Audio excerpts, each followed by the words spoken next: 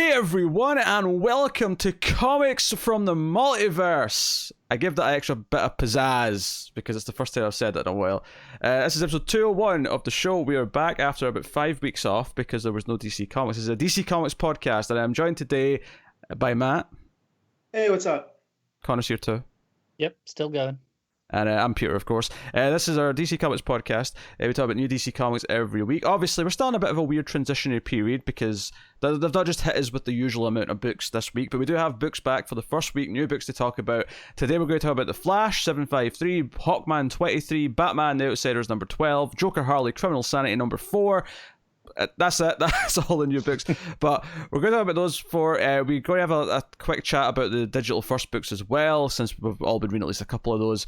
And then I've actually put in a section called Elsewhere in the Multiverse, where we can talk about any other books we've been reading recently, kind of casually, not as in-depth as we do the main books, but it's something we can do. And if people like that section, it might stick around. But it's certainly for the next little while there's less books, it'll be there. So that is the plan for today's show, episode 201. So there we go. Although it's now occurring to me as we start this that I did not check for any DC news. So I'm going to hand it over to Connor, who I'm pretty sure did check. So take it away. Not so much news. We got confirmation that there will be solicits next week for August. So there's news that there will be news. Yeah. Other than that, it was just things like... so we got a return schedule for June and July, I think, as well, for what books are going to be shipped what week. So that's true.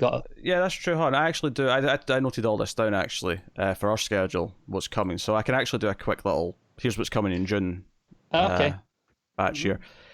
So this is only the books that we're covering. So this isn't every little single thing. Your giants and your trades and whatever, but I did note down what we were covering, and I think what's notable here, so you know how that we kept joking every month with the solicits that, oh, there's another 100-page, 80-page special for all these things. They're all in 1 month now. Yeah, and now they're all in June.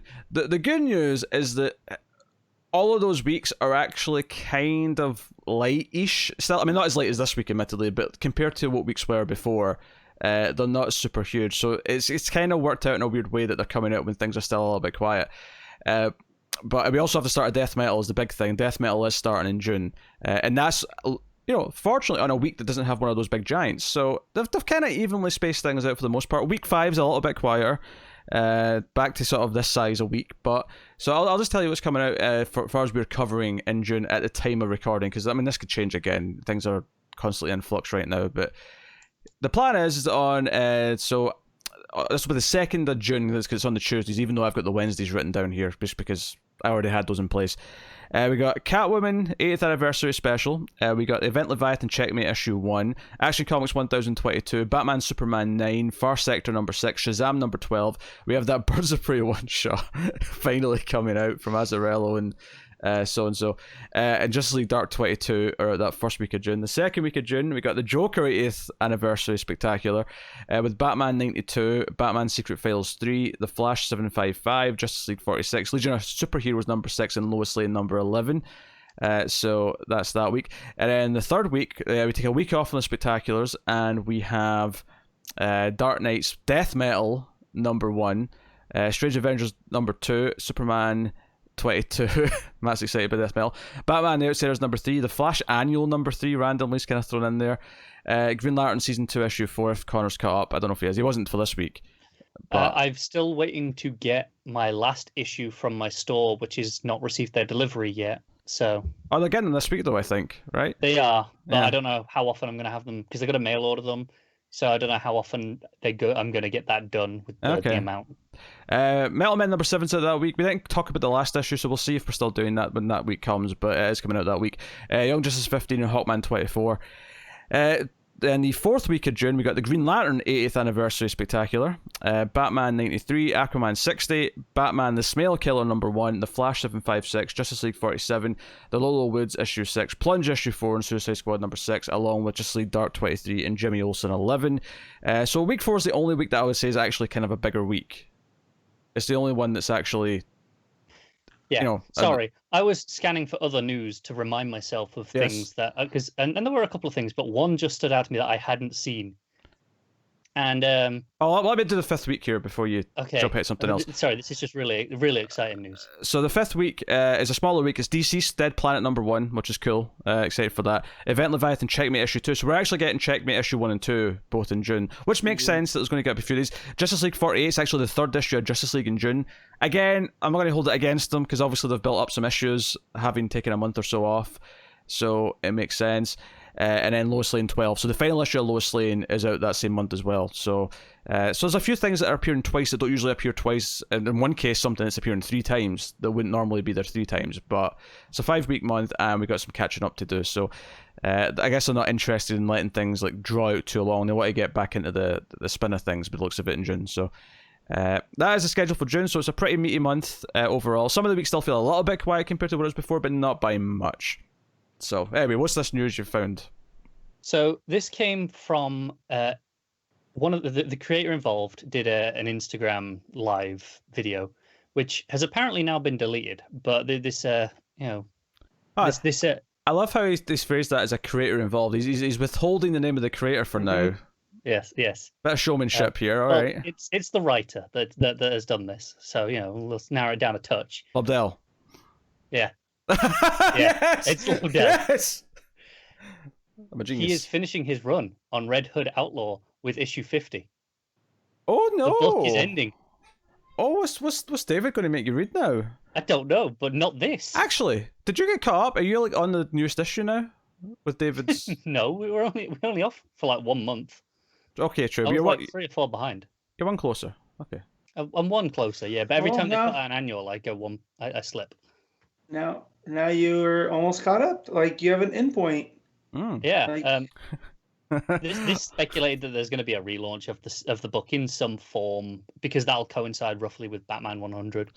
Wait, does that mean you have to try and read with issue 1? Nope. No. You don't have to, but I mean, depends who's writing it. You might want to because maybe someone else was teasing they were writing a book this week that isn't Red Hood, but we might be getting a new Superman book of some sort from one Tom Taylor. Well, or a book featuring Superman. I said a Superman book of some sort. Yeah, but this could be a digital first Justice League book. We don't know. I mean, it could be. I'll read it, yes, it could be. I love how all the digital first get lumped into this little section, but if Tom Taylor starts writing one, it'll get a full. Here now, we're discussing this Tom Taylor book.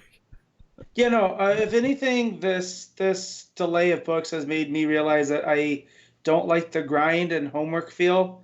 So I'm definitely going to be reading less than I was before, just because it's kind of nicer. Like I liked reading X-23 or Wolverine. You know what I mean? So I don't believe you, but I mean I'm all for you trying. So what you're saying, Matt, is them slapping crossover logos on a whole bunch of books isn't going to be enough to make you read it. So well, actually, you're not going to read all these Joker War tie-ins. On this Joker War tie-in thing, though, none of us are reading any of those books anyway. Yeah.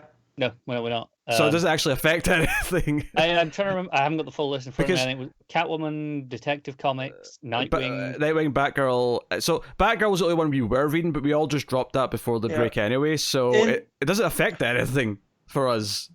And the fact that they're doing this, and I've fallen for this stuff before, like I did this during Metal. Like I have the complete collection of Metal, and now it's just taking up room in my collection. If it makes you feel any better, there's going to be a shitload of tie-ins for Death Metal come July, I'm pretty sure. Yeah, I know, and I'm going to have to restrain myself from getting all of those too. But like I did this with Final Crisis, I've done this, and I have to control myself. I can't become Larfleeze of comics. As fun as that seems. And we shall all monitor your progress with bated breath. Yeah. And I don't mean that sarcastically. I feel like people will enjoy it. It is a challenge, but it's one that, I've never shied away from a challenge before. But no, I just... quality over quantity at this point, right? Like, there's certain books that aren't going to be touched, but other ones just... I challenge you to give up Taco Bell. Nope. Shied away from a challenge. I have proven him wrong within seconds. Nope. Pete, better people have tried, including ones that are married to me. It ain't gonna work. All 5 wives tried, and they all failed, and that's why he's on his 6th wife. Exactly. Just before we finish on talking about the books that are coming, there were a couple of notable omissions that aren't coming in June. That were originally solicited for May or June. The May one obviously was the Generation book. Yeah, we kind of knew that was we're not pushed anyway. About that.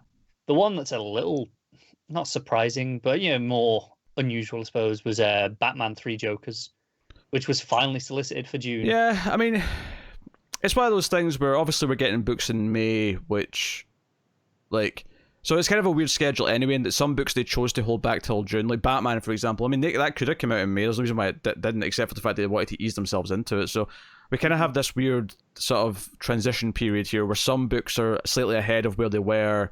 Well, not where they were, but ahead of what other books are comparatively, if that makes sense. So, so Batman's now a month behind compared to, say, Batman the Outsiders, which got to start a month earlier for some reason. And I wonder if they'll catch back up. Like that's what they're doing with Justice League, right? Yeah, but I don't think they will. I think that's because Batman's double shipping. It's double shipping in June. It doesn't seem like they're going to go out. So it doesn't matter that it's not in sync with the books that it was, because they weren't related to each other in any sort of great way. I just from the perspective of some books have kind of gotten a month ahead again compared to what other books are at. So that's true. I know Newsarama did ask DC about both of those books. They got no response about the Generation one. Whereas Batman 3 Jokers, DC just said they'll have more information on the release at some point. Generations could just be done now. And I was of the opinion that they were going to still do something called Generation or G5 or whatever, but it'll be different from what it was before. This break and the quarantine and everything going on might actually just have made them go, shrug this, just not bother. Yeah. Yep. Dusted under the rug. And I'm starting to feel that's what the break point with DDO was, right? Because we've seen him take on challenges before of the New 52 and Flashpoint and even Convergence. So for them to just cut ties with him, it had to have been something major, right? I saw speculation that DC might have wanted to shift to Tuesdays for a long time ago for books, and it was Didio who was holding out that no, they should stay on Wednesday for the comic books. Yeah.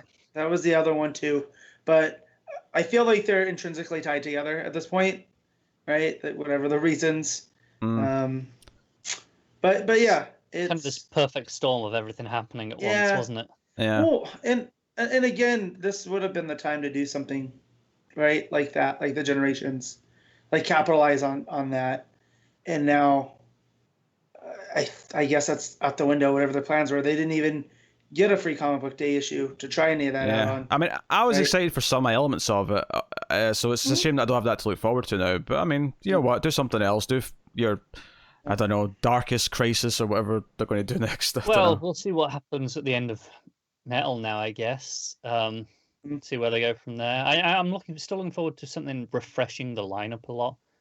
I am some too. books have definitely started to feel stale, and more than just some books. I think it's the universe as a whole just needs something. Yeah, I mean, obviously, the fact that Batgirl was so solid, or at least enjoyable enough for so long, and now it's at the point now where we've all dropped it. Like, yeah, that's exactly the sort of book that a refresh would benefit. It's just like, here's Flash is another one, which I suspect Flash is kind of still going to wherever it was finishing anyway, and it'll wrap up there. And I'm all for that. Letting the creators get to their endpoint. I realized it wasn't a Flash problem. It's who's writing a Flash that I'm just tired of. Yeah, because I wouldn't mind seeing Williamson writing something else because I still like him. I'm just checked out on his Flash. Well, Batman Superman's been pretty good, I think. So he's clearly still got it in him. I think with something like that, even if I'm not liking it that much, I mean, I'm still reading Flash for some reason, but even though I'm not liking it that much, I would still rather he finish his story because he clearly had something in mind in an endpoint. Whereas I think some other runs where a writer's only there for a couple of arcs, it does kind of feel like they're just sort of going arc to arc. Okay, I've got an arc, I finished the arc, I'll think of a new arc and do the new arc. And sometimes that can still make for great comics. But I'm less disappointed of, say, Castellucci on Batgirl, who I don't necessarily feel has some big like mapped end game in mind. Like, if it just gets pulled off the book after an arc or two. So, yeah. It's ebbs and flow. It's case by case basis for sure. There's no one size fits all to this. So okay, all right. Well, there you go. There's the news. Unless there's anything else that you want to throw in there before we move on.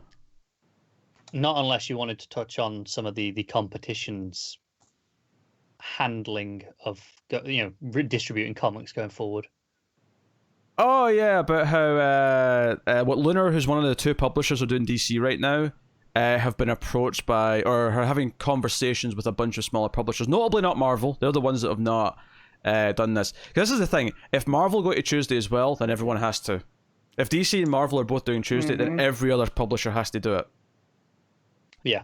I don't know what happens if every other small publisher does it with DC and Marvel's the only one not doing it. Marvel's probably big enough to get away with not doing it, but they still make cave anyway. Well, they used to, and now it seems like they're transitioning a lot of their titles to digital only. Oh yeah, that was actually kind of interesting news that you brought that up. So a number of books that Marvel were putting out physically before the break, they are switching to digital, and not even at the end of an arc. Some of them are on like issue 3 or 4, are just switching to digital starting in June, including one that I was planning on checking out, which was the Hawkeye one by Rosenberg. I've read the first 4 issues of that. It is excellent. I'd still recommend checking it. The reality of this is these books were likely going to get cancelled after 5 or 6 issues, and these are the ones that were on the chopping block that weren't selling, and they went, forget it, we're not printing these. I think there's actually... I like the idea of this in general, that if a book, say, has an arc, and it's not selling well enough to justify physical, but it's still worth putting out digital, I'm all for books going digital only. It's kind of weird. Obviously, where it's happened for a lot of these books feels just random because of just the world interfered, so that kind of sucks, but... I do kind of like the idea of like, okay, you know what? We're not going to renew it for physical, but we'll give it season 2 on digital. We'll get these creators still working on the book. Like, I'm okay with that as a plan going forward. Are understandably not particularly happy about this because this isn't like digital first comics. This is guaranteed sales that they had every month. Oh yeah, this is because they were all mad at DC for trying to do something during the time, and then they were mad at DC for new distributors. Now Marvel straight up did the one thing that they were really terrified of publishers doing in the first place, which is just taking books from physical and putting them in digital instead. And they're releasing them in print collection, so they'll be like the standard trade collection. Still have trades, at some point, but that's it. And those again don't benefit the comic stores as much as they do bookstores. Yeah, Spider-Gwen was another one that I remember being on that list. Ant-Man too, I think. Ant-Man, there you go. So honestly, I think this is a good thing in general going forward. It's just the actual transition here is so abrupt because it's just happened because of all these factors. But I'm not against this as a thing for future books. At a natural point. So. Yeah, but hey, there you go. That's cool. But yeah, as for the publication stuff with the Tuesdays, we'll see how it shakes out over the next little while. It doesn't feel like DC are moving back though. It doesn't, because there was maybe the idea that DC might only do this for the month or two while things aren't back to normal. But once Diamond's up and running again, but it doesn't feel like they're going back. It's interesting. I know there was an interview with Luna, I think, on Newsarama the other day, where they said, we're contracted with DC for as long as they need us. They have not actually confirmed any orders with Luna past June yet. So July will be interesting to see if they just go back to Diamond or if there are enough people using the others. Because I think the Diamond ones are still going to ship on the Wednesdays, just because Diamond are going to make 2 deliveries. So stores that choose to use, Luna or UCS, I think it was, they will have that 1 day advantage for using that in theory. Yeah, I guess it just means if they see the benefit of if they feel a benefit having done it for a little bit, if they see, we like having our trades coming out on the same day as Amazon and the bookstores and so on. If they want to keep that going, then maybe they will. Do they keep it split? Do they keep doing if you want to order it through Diamond, you can get it through Diamond on the Wednesday like always? Or I say Wednesday. Obviously, the stores get it before Wednesday, but same difference.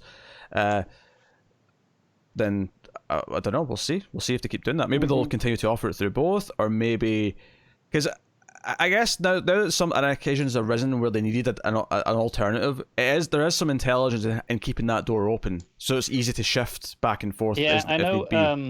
I think it was Luna, the one that owned by DCBS, have said that in the past they've had really small publishers approach them and say, "Would you be able to distribute them?"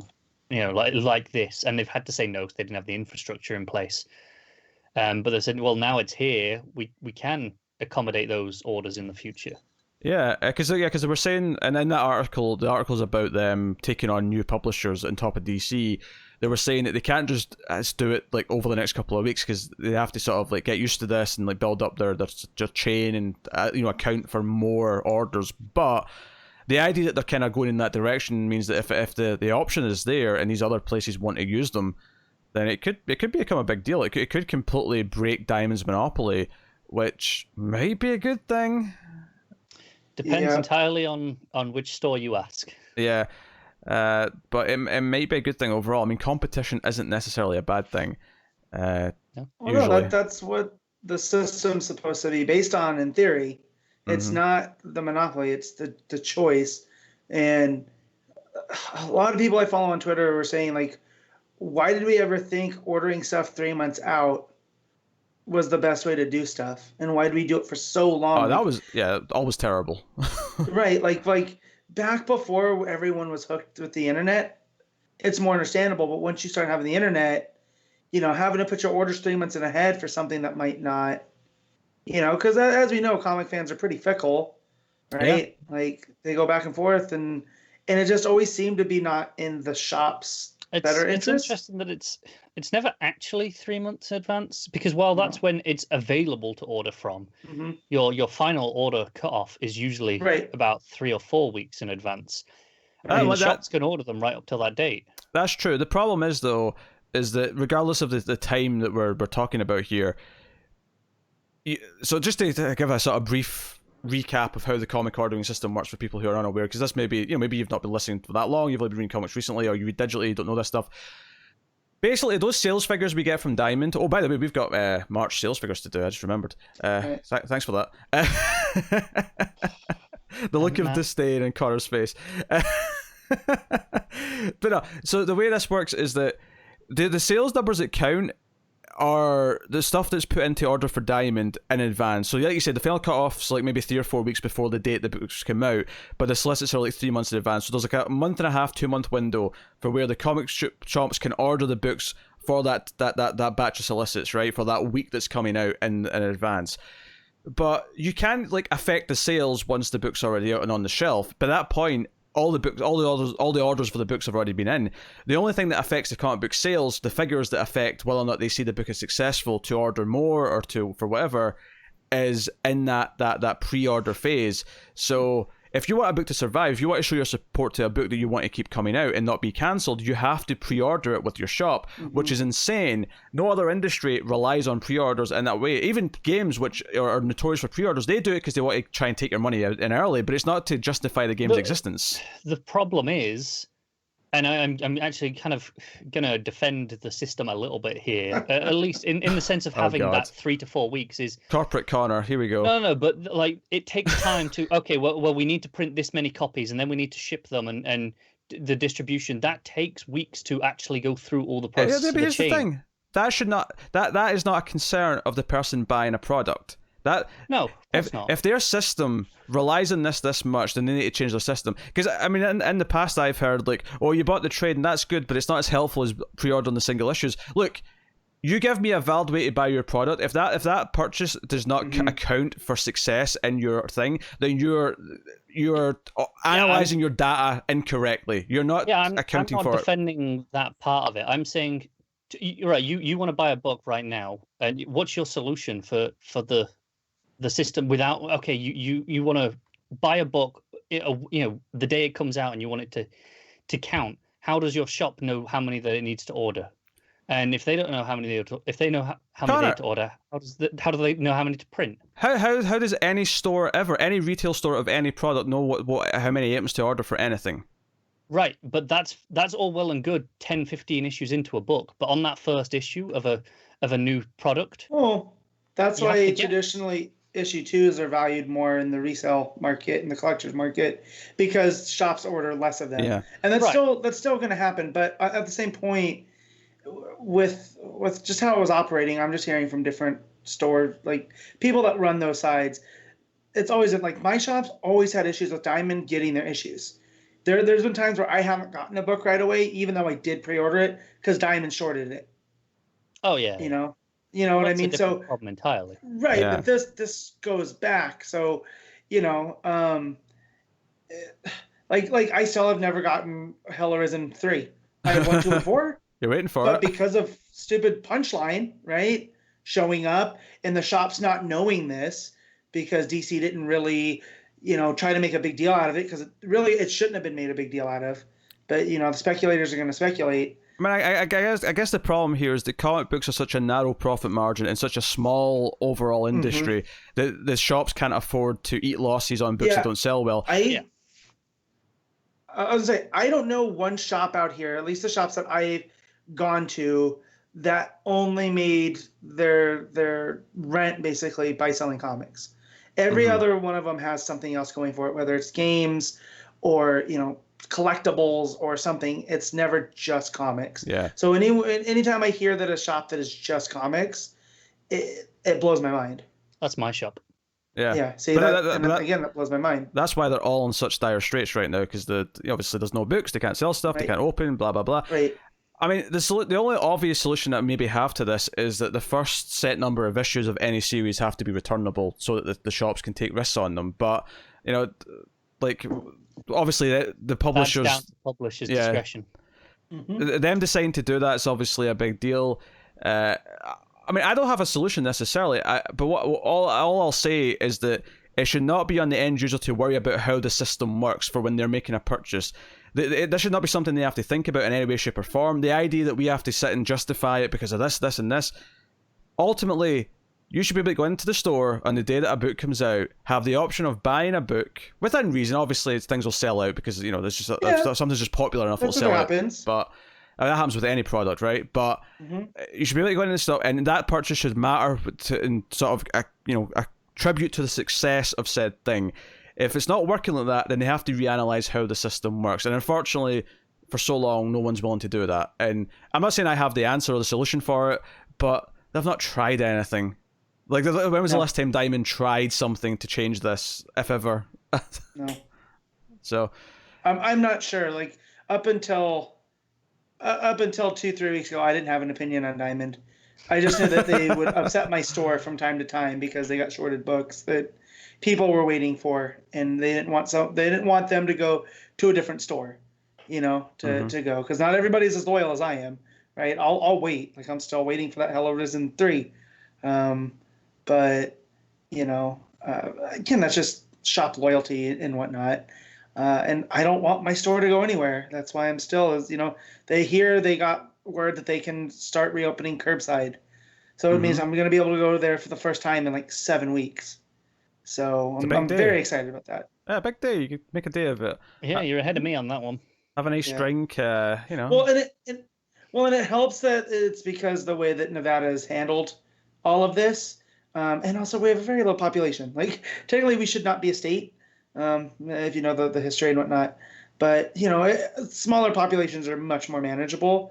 So, and it seems like everybody played ball properly, which is allowing us to open up stuff now, like hair salons and whatnot. Based on, again, there's an official announcement coming tomorrow evening as we record this, but it seems to be we're in for at least another 3 weeks before stores can open, at least. Well, so, yeah. Well, you can always just move here, Connor. Like, I could survive that heat.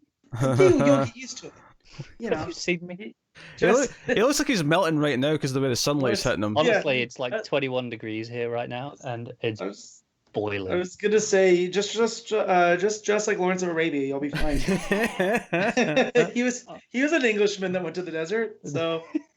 So he has to wear the white scarf around his head the entire time. Maybe it'd help. Who knows? When all this broke out, I have one of those for hiking. It's not white. It's like military colors, like olive and black, right? But when I went on a hike with my friend, it actually did keep me nice and cool. It doesn't seem to make sense, right? Because you're moving and it's warm, but it wicks your sweat and whatever away, and it like insulates you at the same time. It's weird. It doesn't make sense, but it works. So I'm telling you, Connor, if you need to, you should.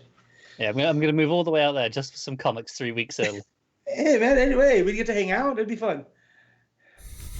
I suppose. 6 feet apart still, but you know. I don't know. It has nothing to do with what's going on. Just I don't want to be that close to Connor. Yeah. Honestly, Appreciate with Connor, I think you want to extend it to like maybe 10 feet just in case. Yeah. Those look up. those ginger jeans jump. I always have to convert to Celsius. The elite. Oh yeah, see right now it's 31 degrees. Where I am. Yeah. Like, And it's nice out. My wife and her mother were out in the back like sunbathing, you know, because taking in some of the sun's rays. for context, when we had like our warmest summer ever, like last Mhm. year or the year before, whenever it was, like 31, 32 was like, this is unbearably hot for the Yeah. entire country. Yeah. You know, here this is a nice day. Oh dear. All right. Shall we move on to comic books Yes. then, and talk about said things? So we will start off. I'll start off solo, I guess, with the Flash issue 753. Joshua Williamson writing with Howard Porter on the art because Connor and Matt have both. First question before you even start talking about the book is, why? Why did you choose to keep reading this when you had the choice here to just be like, Joe, what? Screw it. Because I still I was committed to doing it before. I'm still committed now. Okay. It's just that simple, really. I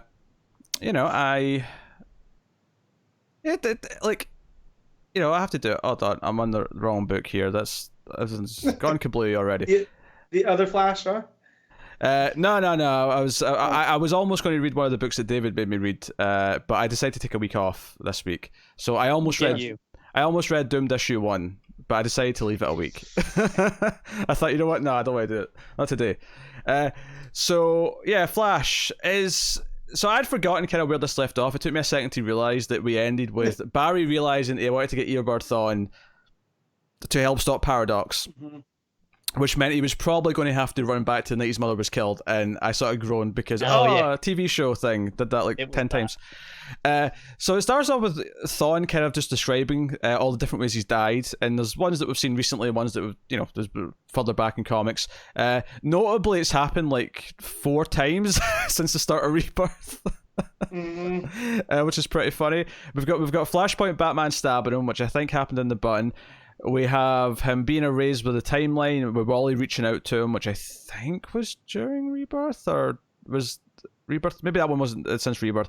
We have him being erased by Manhattan, which was definitely since Rebirth, obviously. And we have Iris blasting him from behind, which was during this Flash run. So, like, we have at least a bunch. Half of this page was actually in the last few years. There's a gorgeous 2-page spread, though. Howard Porter on the art. Actually, Bryan Pearson's also in the credits page here on the artist. That wasn't on Comixology, but the art's pretty good. Howard Porter, doing Flash stuff. Yeah. That's good. Quintessential Flash artist, Yeah, that's 2-page spread of Reverse Flash running towards the camera, as it were. Actually looks amazing. And it was one of those things where almost for a second I went, oh, maybe this will be good, because this is a really good page. And it's not bad. Like, honestly, it's not like the stuff that I hated the most in this Flash run, which is the Year 1 stuff and the stuff that was just before. Like, it's not to that level. It's hitting some beats that we've seen done a bunch of times. Barry goes to the 25th century first to try and find Thawne, only to discover that 25th century is worse than what he saw it last time. And Black Hole, if you remember, that was like the anti-Speed Force team from early on the run. They've been re-established in the future to capture any speedster because of what Paradox has done to the timeline and ruined everything. But the timeline kind of takes Barry away from them. It's kind of this rupture happens because Barry's not meant to be here and the timeline's not happy. So it takes him back out of the time stream. So he runs back to the night that his mother was killed. Before we get to that, though, we cut back to present day, and Iris is telling Wally over hologram call not to come to Central City, that him and Avery should stay away. And we see that Paradox is with Godspeed, and he's making Godspeed use a treadmill to run him back in time. And we run back to during, I shit you not, the fight between Flash and Captain Cold, when Captain Cold had all the Lex tech during the Rogues Rebellion, or Reign of Rogues, whatever it was called.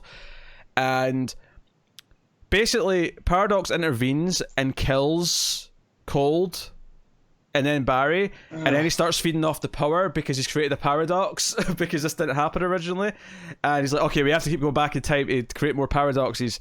So he's got Godspeed running back to the time. So that's what he's doing. I hate the sound of this. This part I didn't like so much. This part I was like, Barry gets back to the night his mother died, and he talks about how important that is, and sort of establishes, okay, reverse flashback back in time, and blah, blah, blah. The art and the flashback stuff here, as he's describing this, is a little bit, I'm assuming this is Peterson's art coming in, rather than Porter's. But he basically says that he can't intervene, he can't create Flashpoint again, he has to just wait.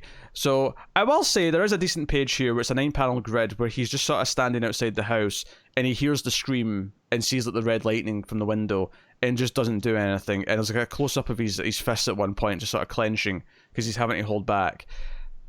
Okay, we've done this to death a million times, him going back to this night.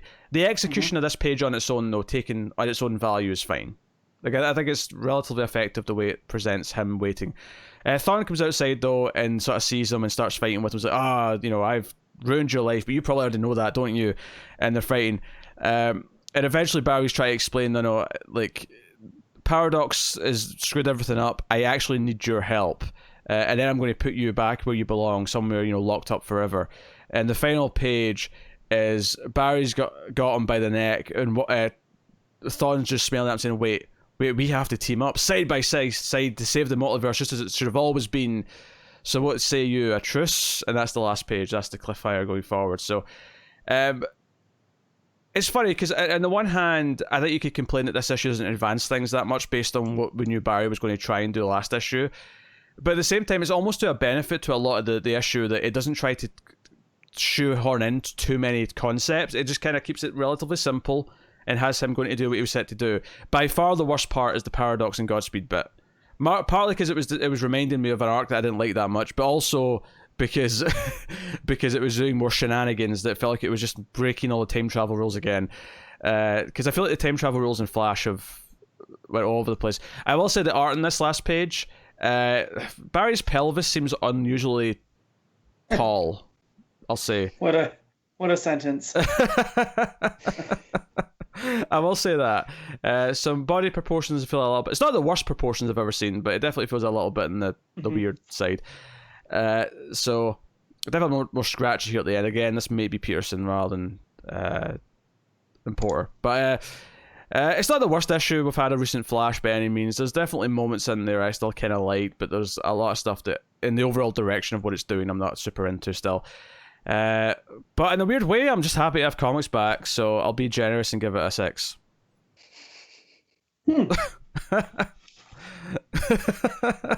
I would have loved to have known what you would have rated this like a month ago.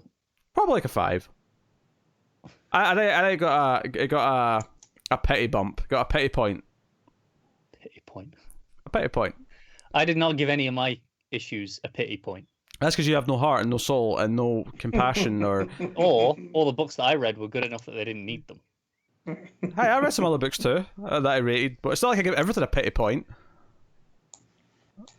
Some of them didn't need it, but this one I felt like, you know what, I was happy to see some comic art again, see a Flash running around. So yeah, you know what, it'll probably be a point less. That 2-page spread of Reverse Flash at the start, you know what, that got them a whole point. I really liked that page, it looked great. So it would have been a 4/5 without that page. Look, whatever way you want to dice it, alright? Alright, now I can shut up and let you, I can give my voice a rest and give you guys a chance to talk about Hawkman issue 23, Robert Venditti writing with Marcio, Takara, and Fernando Pasarin on the art. Yes. So, feel free. This is the Plague issue. Mm-hmm. Which could not be more appropriately timed, even though it's complete coincidence. Yeah, Venditti kind of apologized for it, right? And was like, "Hey guys, look, I didn't mean to keep your mind on these." Wanted some escapism and some comics at the back, but this was kind of written well before this. Yeah. Also, it takes place in the late 1600s, 1650. Which I'm not a European historical scholar. Wasn't the plague much earlier, or is this a separate plague? Probably a different plague. Okay. Because I'd always thought that the plague was much earlier. And because it was kind of the plague that kind of led to the, I want to say the Great Plague of Seville. Yeah. Okay. Yeah. No, this is a thing. 1947 to 1952, killed up to a quarter of its population. Thought to. You said 19. I said, did I? I meant 16. Okay, gotcha. Okay. Slip of the tongue. Gotcha. Okay. Yeah. Well, then it fits in because when I hear plague, I just think of the Black Death, and that was the 13. Yeah, that sounds about right. Yeah. I mean, Okay. there's been a lot of plagues in Europe over the last 5,000 years. Fair enough. That's the only thing I have to complain about. So now it's all positivity because this felt like a nice warm hug. To have this book. The art back. is so it's split between the two artists. Takara takes the main bulk of the issue, which is the flashback of the previous life in the 1600s, and Pasarin, who is the regular artist on the book right now, takes the present day sections. It just works as a little wraparound essentially. Yep. But yeah, so during the plague times, he's going around in Seville, 1650, and he's knocking on doors and he's basically trying to heal people. So he's just in the plague doctor chic, except it's very Hawkman. Like the beak's very much a hawk beak. Yeah, it's pronounced, and he's all in his leathers, and he's completely covered, from head to toe. Which I might need to adopt this look next time I go out to the stores. I feel like if I went shopping in that right now, like no one would even give me a second glance. Yep. And so in this one, well, it's also because they're ginger, they just kind of expect it. They don't know me. I'll be under the mask. They don't know who I am. They'll know. They go, I bet that's a ginger. He's trying to blend in. Anyway, some of us can sense them coming. That's true. Yes. Right. So in this, I don't want to say timeline, but in this story from Carter Hall's past, he is Dr. Carlos Alone. And he's a plague doctor. For whatever reason, he's able to go and give them this cure that keeps it from spreading. Basically, it's their version of a medicine, but people think of it as, of course they gang up on him. It is Spain, after all. It's the place where they had the Inquisition. Yeah, he's immune to this plague. Which makes sense. Some people would have been, but. Right. Of course he is, and he uses this as an opportunity to save more lives, right, and try and claw back some of that tally. To the point where he's actually making a tally of lives that he fails to save. Mm-hmm. And I don't know, is he counting that he's adding them back onto his count as not good enough? I think so. Because that's really self-deprecating if he is. It is. And so the guy, he goes attacks him because he wants him to get the, he wants the cure. And he kind of gives the guy a break because the guy just lost his wife to this. And then he sends us, and then that's when he goes outside and he takes some fresh flowers, which I don't know if people realize that the whole bird look of the plague mask was meant because of the smells associated with these diseases. That was all filled with stuff like flowers and crushed up herbs. Yeah, it's rose petals here. Yeah, so he crushed up these rose petals, and a little girl sees him and gets scared and goes off, and you see him going through Seville, and he's checking off more just house to house, doing what he can, and it's just he's kind of too late almost. Yep, and then an angry mob comes up and accuses him of being a demon sent to tempt them, and he tries to talk some sense into him, but you can't. It's an angry mob. There's only so much you can do. Right. They think he brought the sickness with him, and they're superstitious. They manage to overwhelm him, and they go to tie him up to a stake. They have him tied to the stake, and they're about to burn him. And he basically is like, we can all surrender together, and we'll get through this, because he just doesn't want to be a census taker for the end of times. And an arrow gets shot, and it looks like there's another plague doctor with the same type of beak that he has. And you kind of immediately know who this is. I know who this is, and it's Shaira. And she chases him away. Nayara this time. Nayar. No. Yep. Takes it off, the red hair, instantly, because we're getting the same matching images here through time.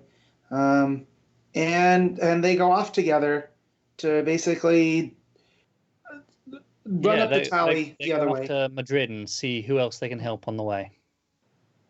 And then it cuts to modern day where we last left them, and Shaira wakes up first, and she notices that Carter is no longer white and pasty, and that it looks like however far away they got when they jumped, it's been far enough away that it's burned out the sickness from Batman Who Laughs.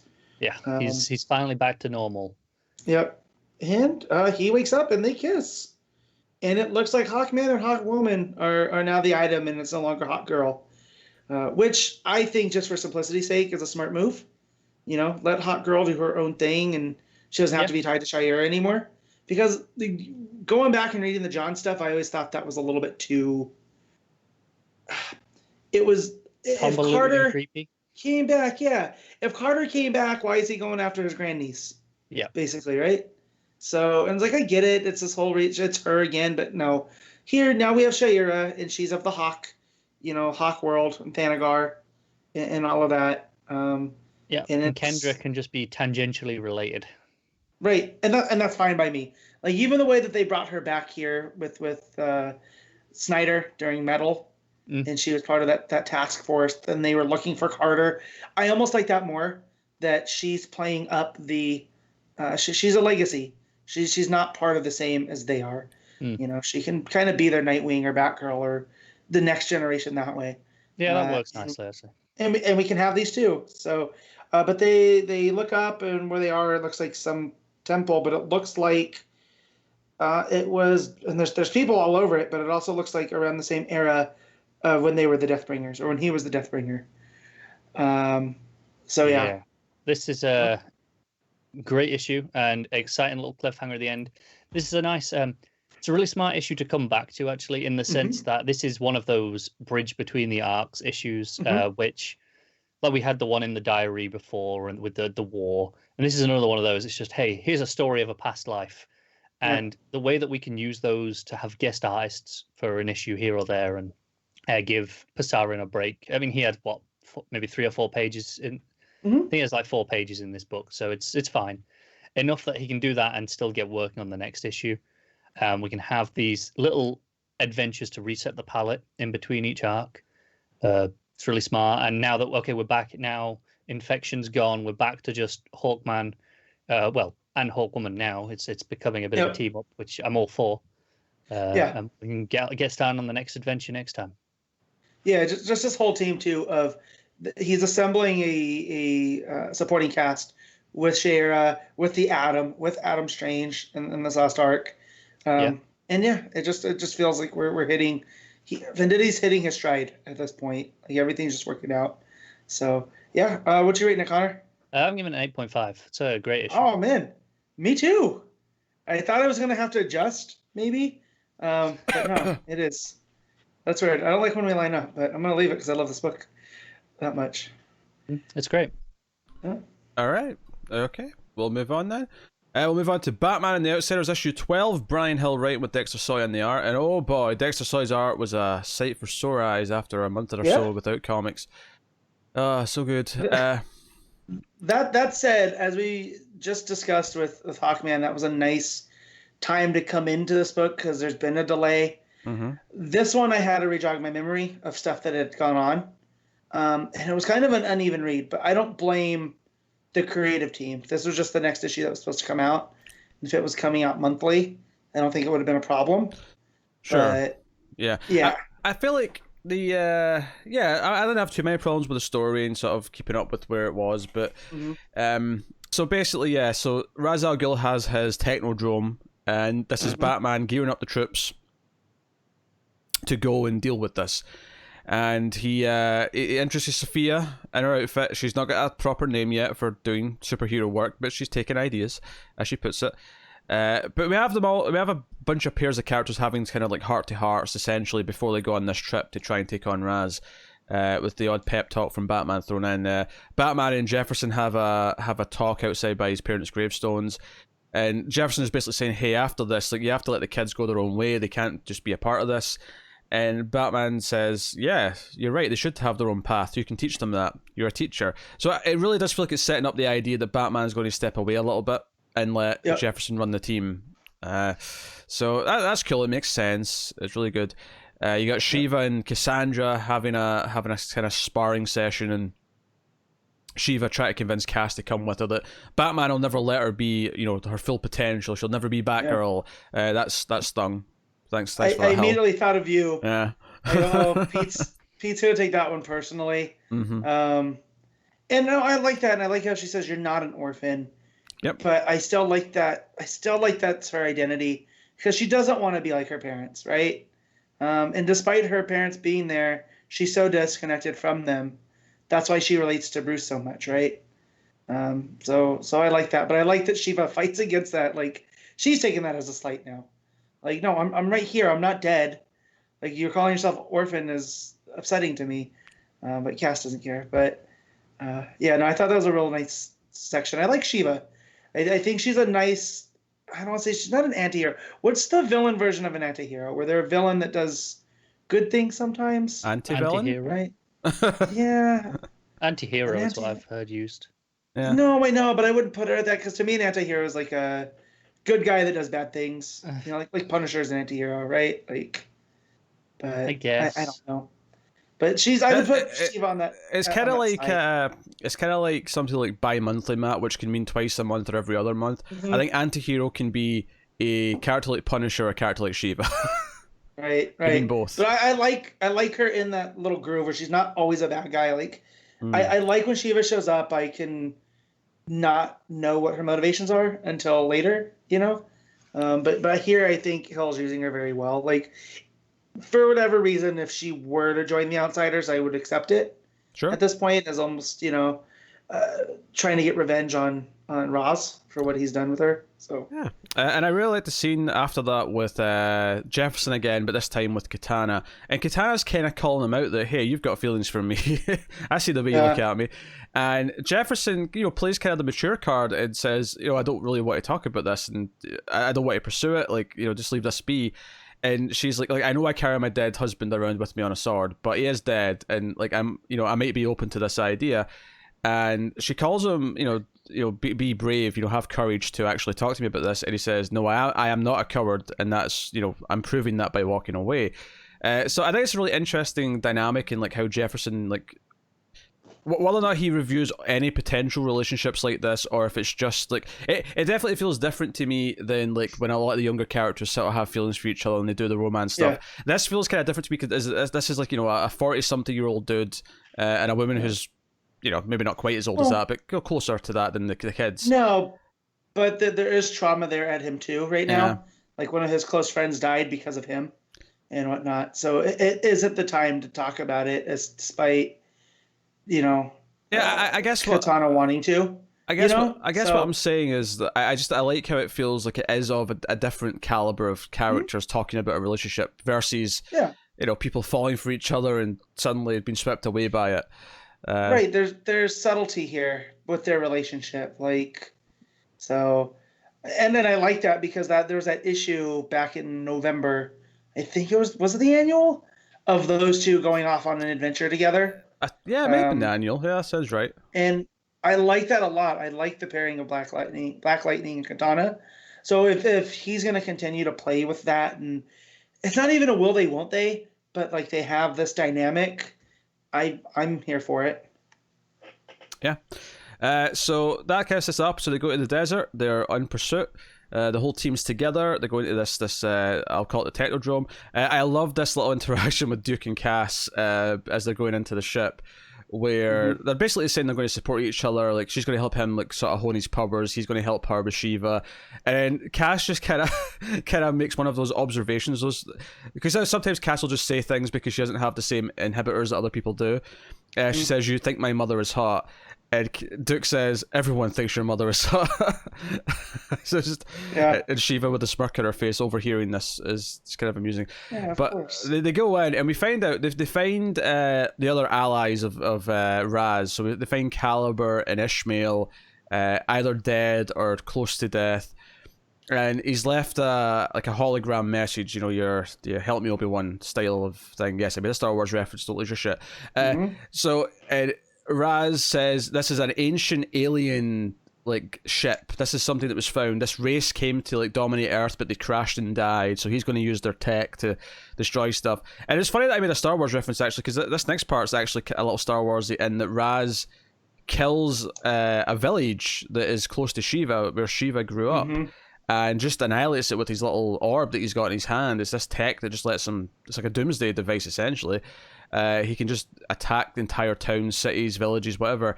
And we see Shiva shed a tear, and it's like, okay, this is the tech that he has now. This is how dangerous he is now.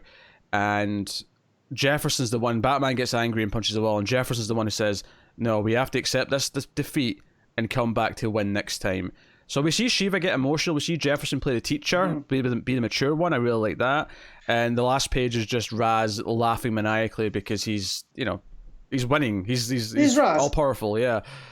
Yeah, so the other thing that made me think too is, like, if you know The Outsiders, Geoforce is usually a, Bryan of Markovia is a big, member usually.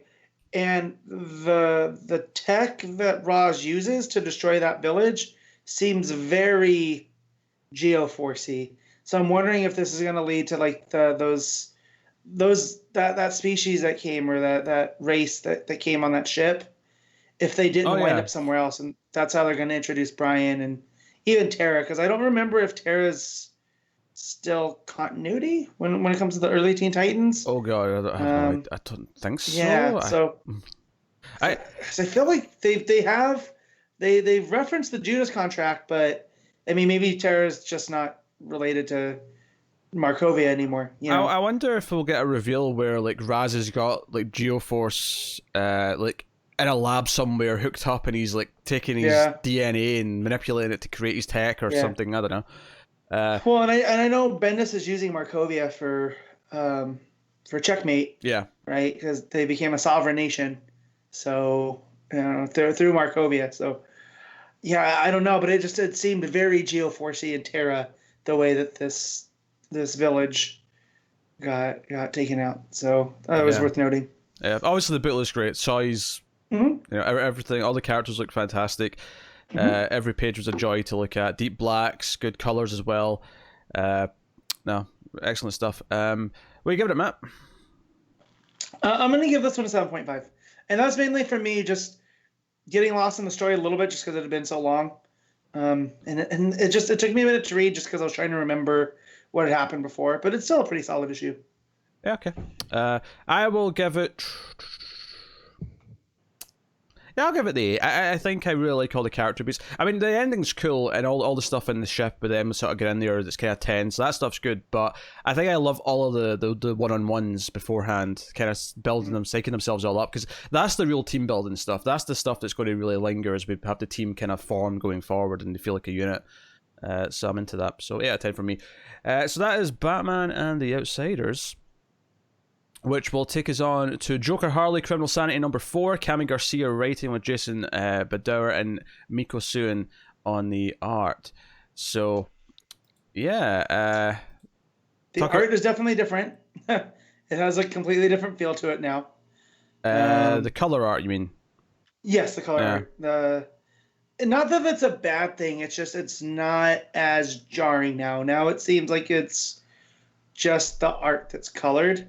It didn't entirely drop the photorealistic thing. There's a couple of panels where I can really see it still trying, but for the most part, it doesn't feel quite as glaring as it did before. Yeah, but the art is typically very good in this book, though. This was another big one. Reading it on my bigger screen looked really good, especially those 2-page layouts. Really stuck, because it fills the page a bit more. It fills the screen a bit more, I should say, because of the shape is a bit more. When there's two of them side by side. Yeah, this is a widescreen, I think is how they referred to it as, and it is a bit wider. Yeah, I mean, it's a bit wider. It's not that wide, really, but it's wider than an usual page. Yeah.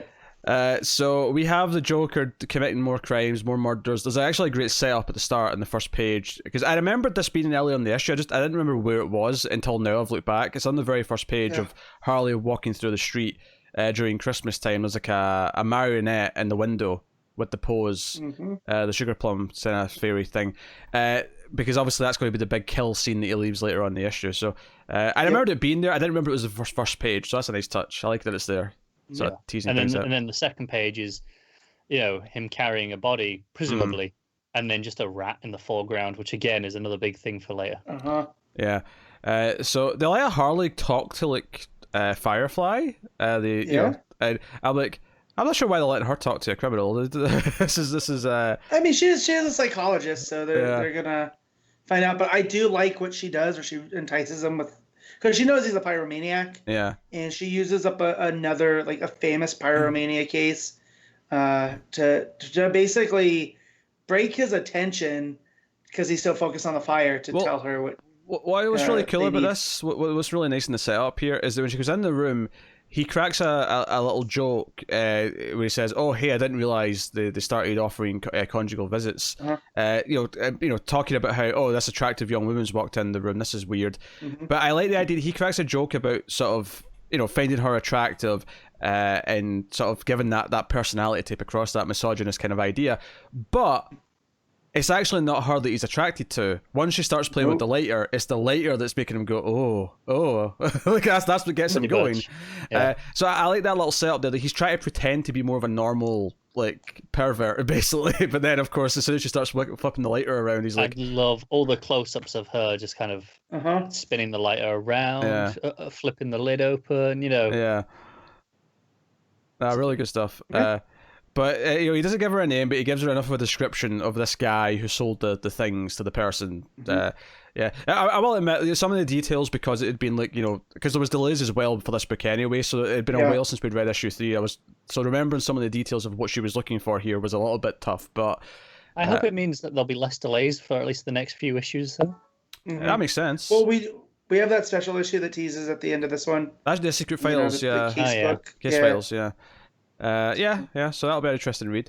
But we have she goes to talk to the girlfriend of the teenage boy. The girl, because remember the flashbacks last issue, because this was kind of coming back to me as I was reading it. The girl who was kind of friendly with the young guy who we are assuming is the Joker, and it seems pretty, concrete at this point that that's him. Yeah.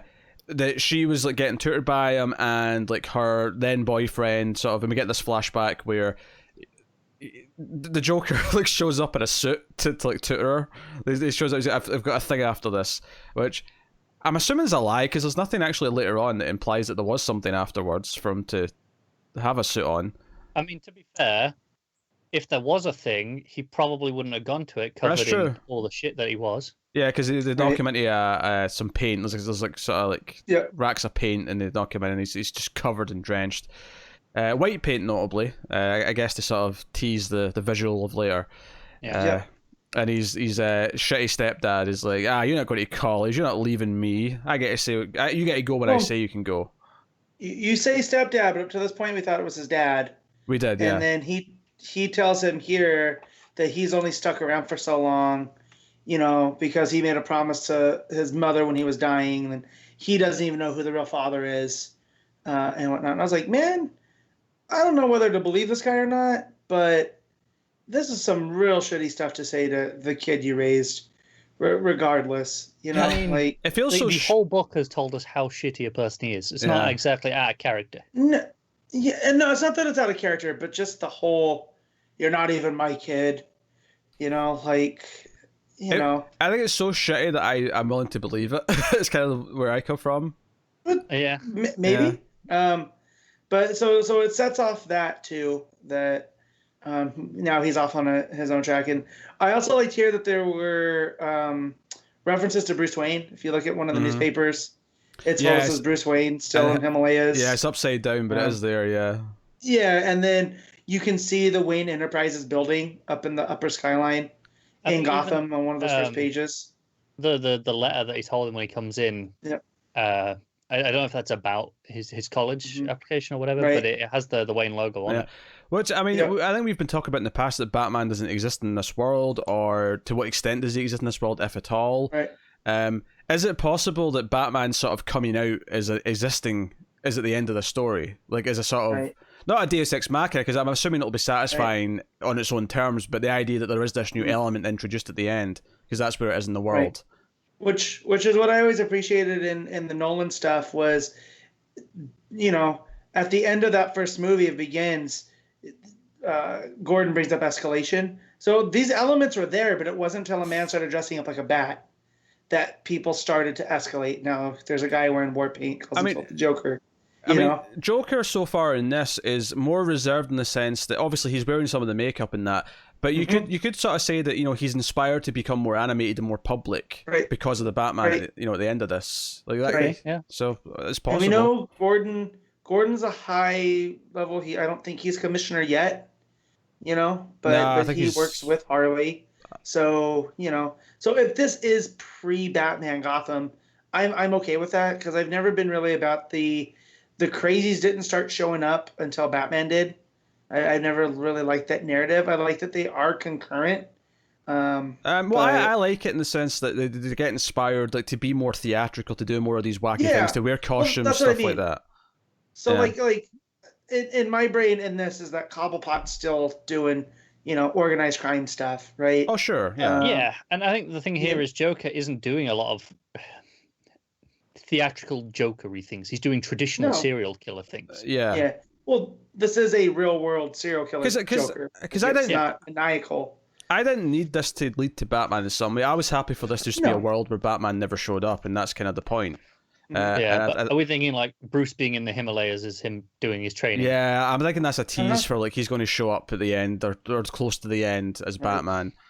Yeah, could be. So that could be interesting. But anyway, so Joker, present day, is looking for some supplies. He goes to this book dealer, but he does like off the stuff from the back that no one talks about, no one knows. He's got this secret book for him. We never find out in this issue what it is, though, do we? No. It's something bigger than what he's doing, I think. Yeah. So Harley goes to the guy in the bar, the big skinhead, and basically takes him down when he gives her cheek. But doesn't really accomplish a whole lot. Doesn't get a whole lot of information from him, does she? Yeah, I will say one of the small issues we've had with this book over the course of it that confused me back, I think, in issue 2 was sometimes when it chooses to switch to color, and I thought it was weird here. There's a flashback to like earlier that day that's in color, and I'm like, I don't know, the timeline feels like no, the stuff back then is in color, the stuff now, and it happened in issue 2 because there was a scene with the Joker. What context told me was mostly present day or more or less present day, but the color made it feel like this should be further back, but that didn't make sense. And this one's more obvious that it is definitely like just earlier that day, but it's weird to me.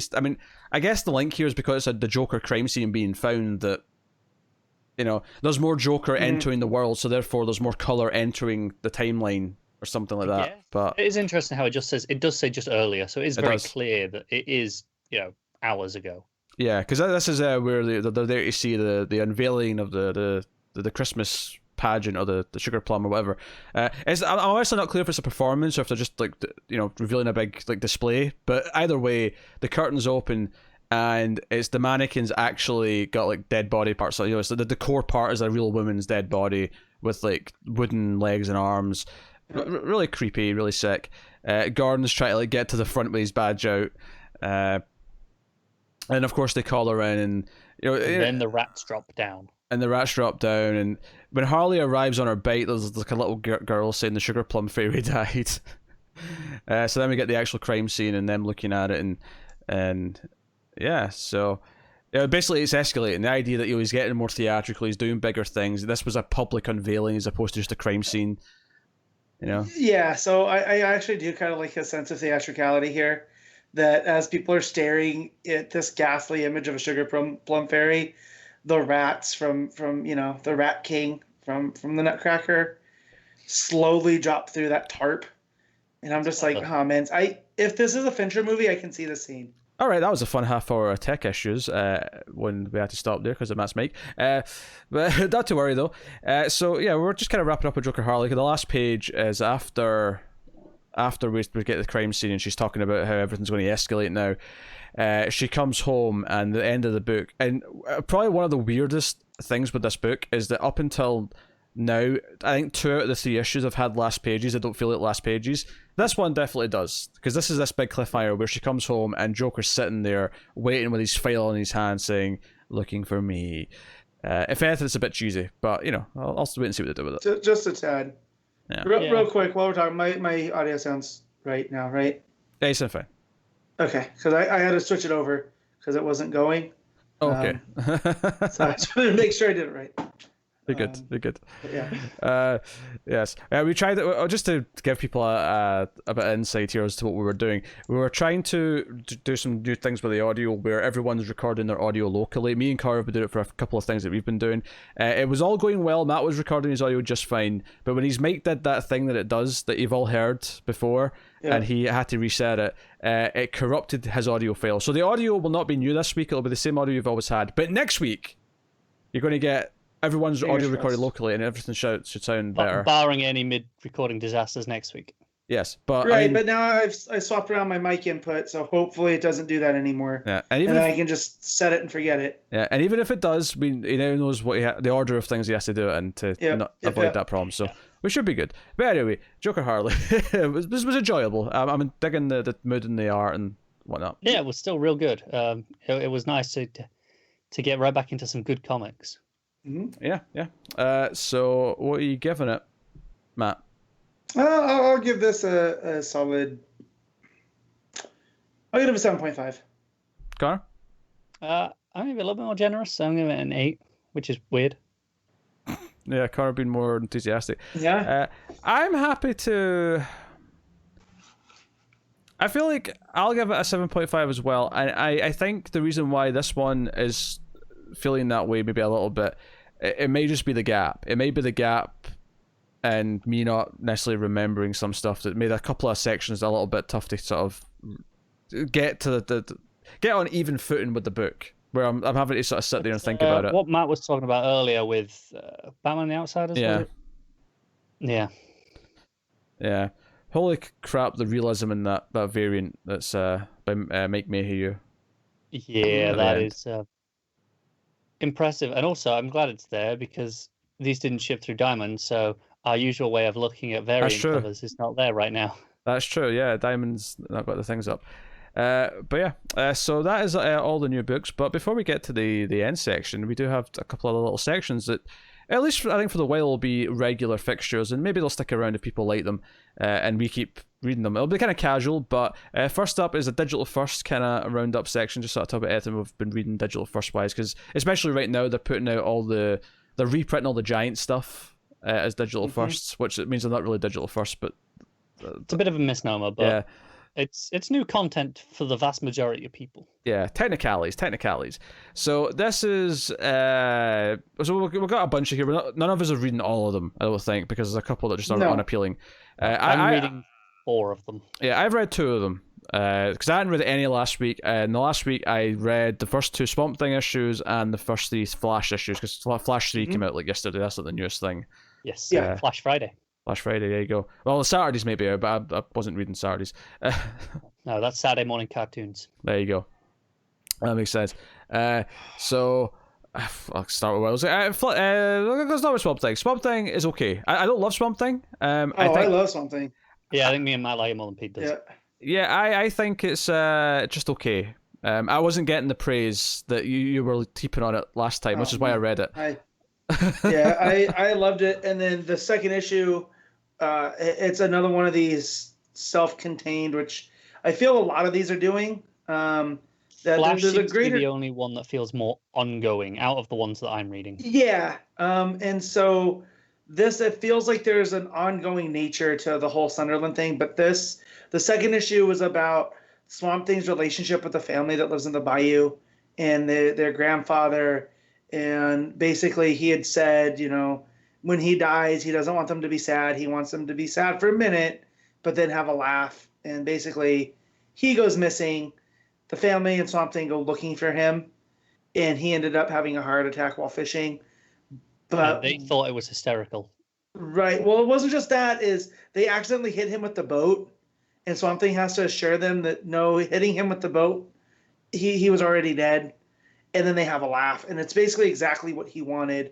But then at the end, you find out that the grandson works for Sunderland and now has a bead on Swamp Thing. So, again, it balances what I love about Swamp Thing is that, yes, he is this monster, but there's still a humanity to him. And the fact that he's so close with his family, I'm sure we'll see them show back up. There's a lot in this Swamp Thing, in these 2 issues so far, about his relationship between life and death and how... Yep. I think it was in the first one where he wasn't, they were eating plants and they're like, oh, I hope you're not offended by this. He's like, I don't care. Things. Was that this one? That's the second Yeah, one. it was this Okay, one. where things got to Everything eat. eats, everything dies. Yeah. Which, but I really like it. So I don't know. Me too. Plus the art, I think is really well balanced. It's not too horror specific, but it's just enough. I think it stands out in those horror inspired moments, and there's a lot more of those in the first issue. The second issue didn't narratively lend itself to those, and so I appreciate they weren't trying to force them into the art. So I think the art feels more subdued in the second issue, but it feels really natural. Yep. Yeah, I'm not really quite getting the praise, honestly. It feels like, I don't know. I don't really get the feeling that the book so far is really saying much. I don't know. And there's moments that didn't quite work for me. The whole moment where they hit the dead dad with the boat and then afterwards start laughing. The laugh itself, I got the point of, but like right after the laugh, when they're talking about, oh, he would have found this hilarious. This is just how he lived. I'm glad he gave us one last laugh. I'm like, that feels weird to be jumping to that beat in your kind of your grieving like seconds afterwards. It's the relief that they didn't kill him. So that's why you laugh there. It's coping with that. And two, I think he'd been talking about how he was going soon anyway. I think they were very well prepared for this. I guess the whole thing just kind of feels, I don't know, because it introduces the idea that he's probably dying soon, and then this happens like a few pages later. And I think the dark humor of hitting him with the boat and worrying that they might have killed him just didn't click with me with the tone of the actual like moment afterwards with the reaction to it. It didn't. I didn't feel right to me. It took me out of the book, and I sort of went, I don't really feel this right. It doesn't feel correct to me. I kind of get what it's going for, but it didn't nail the weird like mixing of those two things to me. See, I thought just of what we know is going on with the Sunderland company, thought maybe they had something to do with it, right? They're gonna try to make it look like Swamp Thing's more sinister, right? So the fact that he died of natural causes, and that he lived as he would have up to the last moment, that they honor him. But no, we have some cool pig monsters that they're using to hunt Swamp Thing also. Takara and Razor. Yeah, basically. Razor. Well, I mean, no, Token and Razor were a snapping turtle and a wolf. The point was, though, is that's what it reminded me of. It reminded me of mutants from Teenage Mutant Ninja Turtles that the villains would make to fight the turtles. Yep. That's the vibe to give me. I still really enjoy it. It's still my favorite of the series. Do you know what I think it is? It feels closer to like Soul Swamp Thing, which I didn't like. It could be, which I love. Which is why me and Matt are so into it. It's not, and I like the idea that he's got people in town that he's close with who'll treat him like a friend. Like I'm all for people being friendly with the monster, but something about the whole, because the first issue especially, I like the second one probably a little bit more because it felt like it was doing something. At least the first one, it felt like just sort of Swamp Thing 101. He's after people at Sunderland. I think that's pretty much what it is by intention. This is clearly an early day Swamp Thing because they kind of basically name him in these issues. The town's called like Mr. Swamp or something like that. Uh-huh. Yeah. It's very much early days, and I think this is, again, remember where this was written for. This was written for those Walmart giants that were to people who have probably never read a comic before. This is kind of a basic introduction. Well, that's fair to a point, but sometimes the execution can elevate it to where even if you're familiar with these characters, you still enjoy the new take on the early story. I mean, I think it's me and Matt both did. And well, I didn't. I think I'm going to read issue 3. I think it's okay. It's very in the middle for me. That's what I read both issues because I bought them together. I didn't buy one and then try it. I bought both, so I read both. Yeah. But I really like it. I mean, it's a lot saying that Superman is my least favorite of the 3 that I'm reading, and Superman is still really enjoyable. That's actually my least favorite of the 4 as well. Yeah. So I just, I get the context of what it is, but it doesn't necessarily mean I'm going to like it anymore because I give it that caveat. Like, no, it's not working for me. It's not working for me. Maybe it'll work for other people, but it's not as moody as I like my Swamp Thing. It doesn't have that. And see, I think that's the thing. I didn't enjoy Snyder's as much. I think it dwells too much in the horror. Well, I'm thinking more than Snyder, but sure. Well, see, and I haven't read any of that. I know. did not enjoy what I read of more Swamp We've Thing. had this debate on Swamp Thing before, though. I don't like the Swamp Thing you guys like. Right. I like more classic horror-focused Swamp Thing, where it feels like, I don't quite say Lovecraftian because that's not quite the right term, but the way like the people have a relationship with him, it feels kind of ethereal because of what he is and what he's connected to. Whereas I feel like here it feels, I don't know, just a lot more. Everything just feels easier, I guess. I really like this take on something where it's a lot more balanced, where he is, he is this protector of the earth, and he is very much in tune with those. That's why this life cycle is such a an obvious and important part for this Swamp Thing, and it's kind of this core tenet of how he operates. I think the big thing for me is the lack of atmosphere, which I felt none of. I thought it was the first one, definitely, especially had a lot of atmosphere. I like the swamp, the whole bayou. It feels grimy, and it's a different sweaty. sort of feel. But, It usually does. I don't think it feels it here, but I mean, yeah.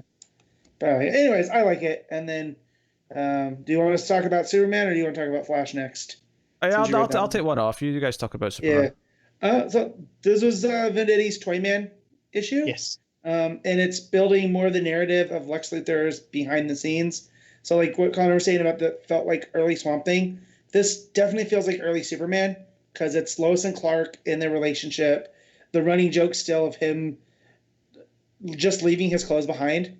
There's a great bit where I don't know if it was in the second or third issue. Again, these are blurring together in me recently because I've kind of read them all in one sort of main go. But it's where they're on the top of the roof and he goes off to deal with the problem and he leaves his jacket behind with her. And then like Perry and Jimmy come up but before they come up, she's like, "Oh, thanks for leaving the jacket. I'll save this." Mm-hmm. And then Perry and Jimmy come up and she has to just throw it over before they see it. We're like, never mind. It's quite an amusing beat. Yeah, and on this one, they're eating when the Toyman. So basically, Toyman gets they have the shot toy stores all over the city, and then there was a bunch of basically broken toys or defections that led to Luthor being able to come in and take it out, take over the company, and so Shot's gonna have his revenge, and he has a bunch of toys come alive and start endangering the city, and then. In one final act, Shot's gonna get his final revenge, and all the robots that are the storefronts are actually robots, and they come and start attacking. That they're basically gonna start going after Lex. So Superman has to pop in and try to talk Shot down, but at the same time understands where he's coming from because it seems like there was a bit of tampering, so Lex could take over. And towards the end, we get, I think it's Superman talking to Lex, or it's Clark talking to Lex that. Clark goes to, kind of interview him on what had happened. Lex kind of reveals that, he did tamper because he wasn't after the technology that make the toys work. It's the technology under the technology that he can weaponize. Yeah, and that is basically the end of it. Is Lex going, good, finally, I've got something useful out of this. Mm-hmm. Got new weapons to play with and sell. Right, and because of Shot doing this, the company's completely gone. It is Lex Luthor's company now. Yeah. It's all of his. So, but no, it's got a lot of fun stuff. It's the Pelletier draws a really good Clark versus Superman, where I do feel like they're different people. Like they look similar, but like as soon as the glasses and tie come off, he's a different person. And I think that's a skill that you don't see too much in comics anymore. When it comes to Superman, it's a lost art. Yeah, and I think Pelletier nails it when he runs off the first time, and now he's Superman, and he's saving the kids from these rogue toys. So, the art's real good, the story, but the story, it's all very modern, fun. Silver Agey. It's fun, and I think it's interesting that we're talking about how these are kind of introductions to these characters for a lot of people. That's the intention, and they act as early days for a lot of them. It's a really refreshing take to have early days Superman already being with Lois and and her being in the notes. You kind of skip over that whole period and just have them as in a relationship, and have to do okay, this is kind of Toyman for the first time, and Lex is not really the big bad yet. The one thing I do appreciate about those movies, the recent ones, is that Lois does put together kind of on her own that who Superman is, because she is an investigative reporter. She has won Pulitzers and whatnot. So it never, it never sat well with me that it took forever for her to figure it out. Like, even if they just write in that she kind of always knew, it just makes more sense. But I do think writers just had fun with it because they loved having her not know and playing with that. Yeah, of course. And over the 80 plus years, like, of course. But they got the chance, now, yeah. yeah, but now I like it more that it is early. She can go on these adventures. She lets him know because she knows that he can hear her. She goes, "I got your coat. Don't worry about it." But it's very in a very put upon wife way. Almost sitcom-y. But yeah, it's fine. It's a nice, comfortable. It's Superman. a really enjoyable read, and the value. This obviously they're all $1. And this one was longer than the others. This one was about 25 pages, I think the count on Comixology is. So this is actually longer than a standard, issue that you pay in $4 for. Yeah. So at that price point, it's hard to really complain at what it is. If you're looking for just some light-hearted Superman to read, or in my case, Superman to read, this is a great option. Yeah. All right, well, we'll jump into the Flash then.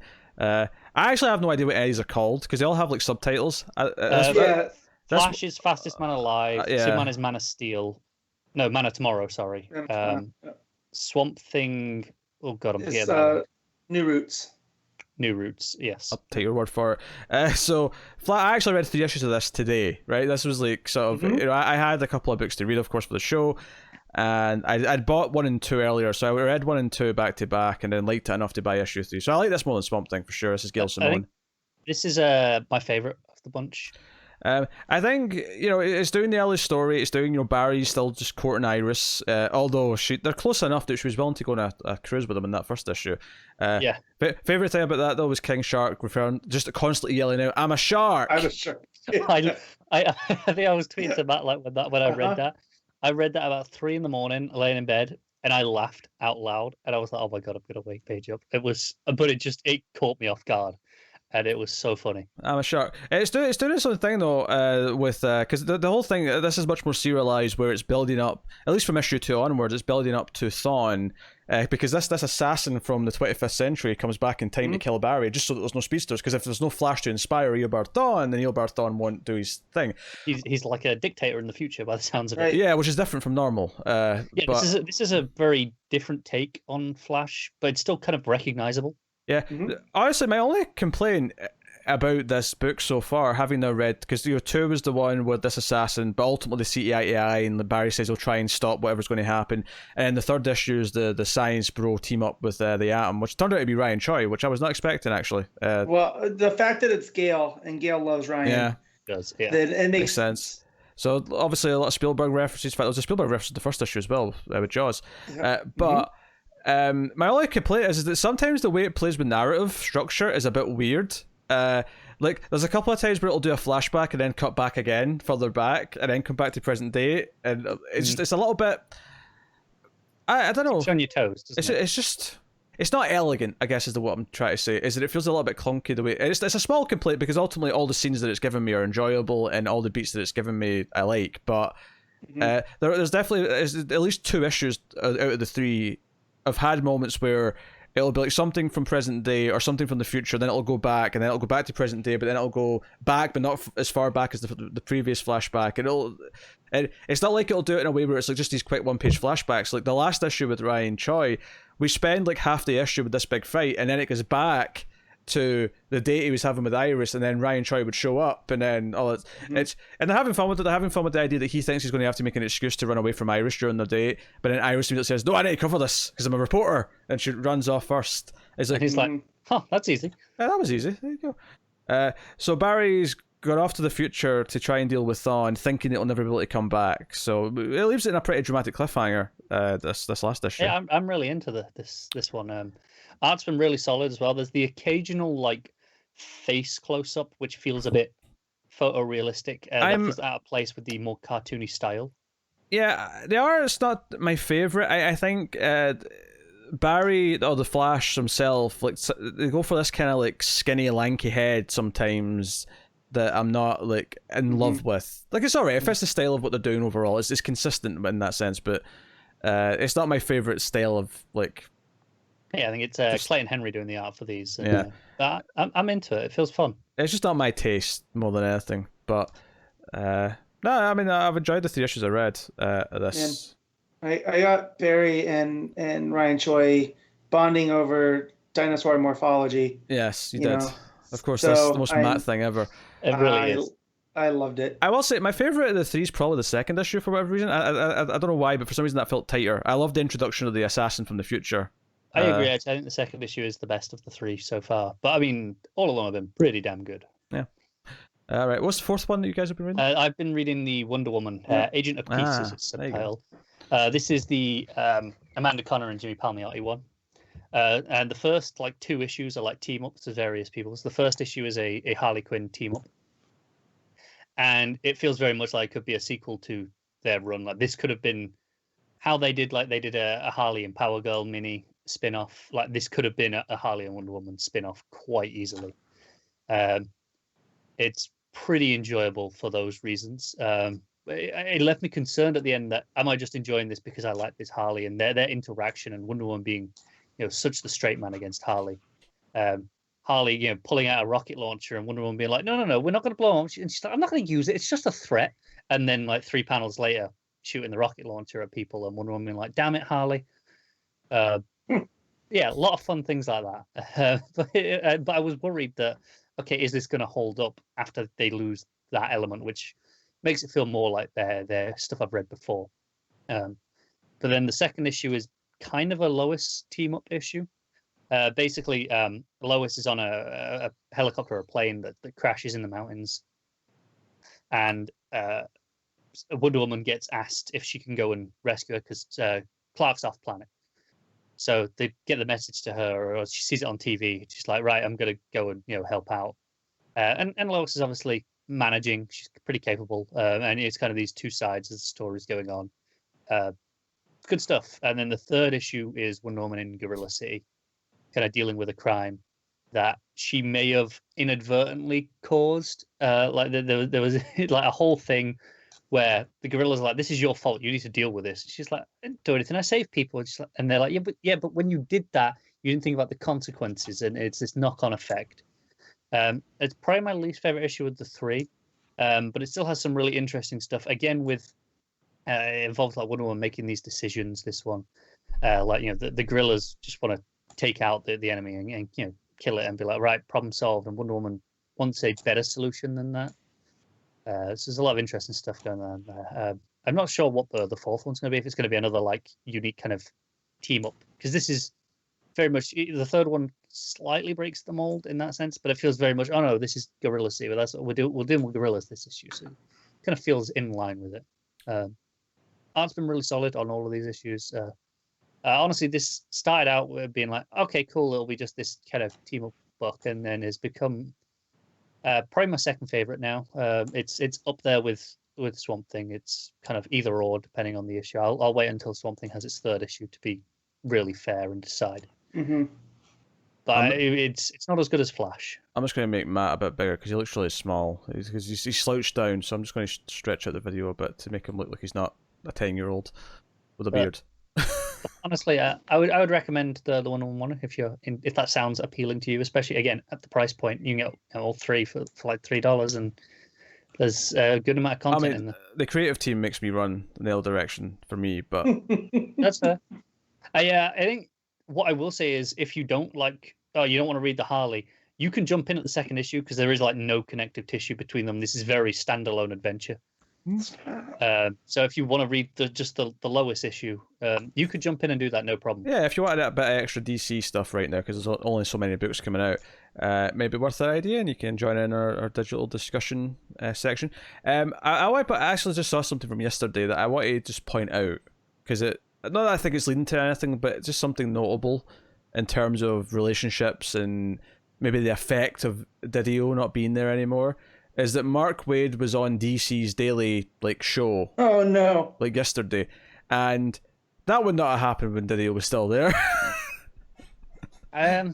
I don't know, because the daily that's part of the DC Universe thing that's very removed from actual editorial and anything that's going on in the comics. I mean, that's true, but I'm just saying, Wade's issue with DC was largely Didio, so...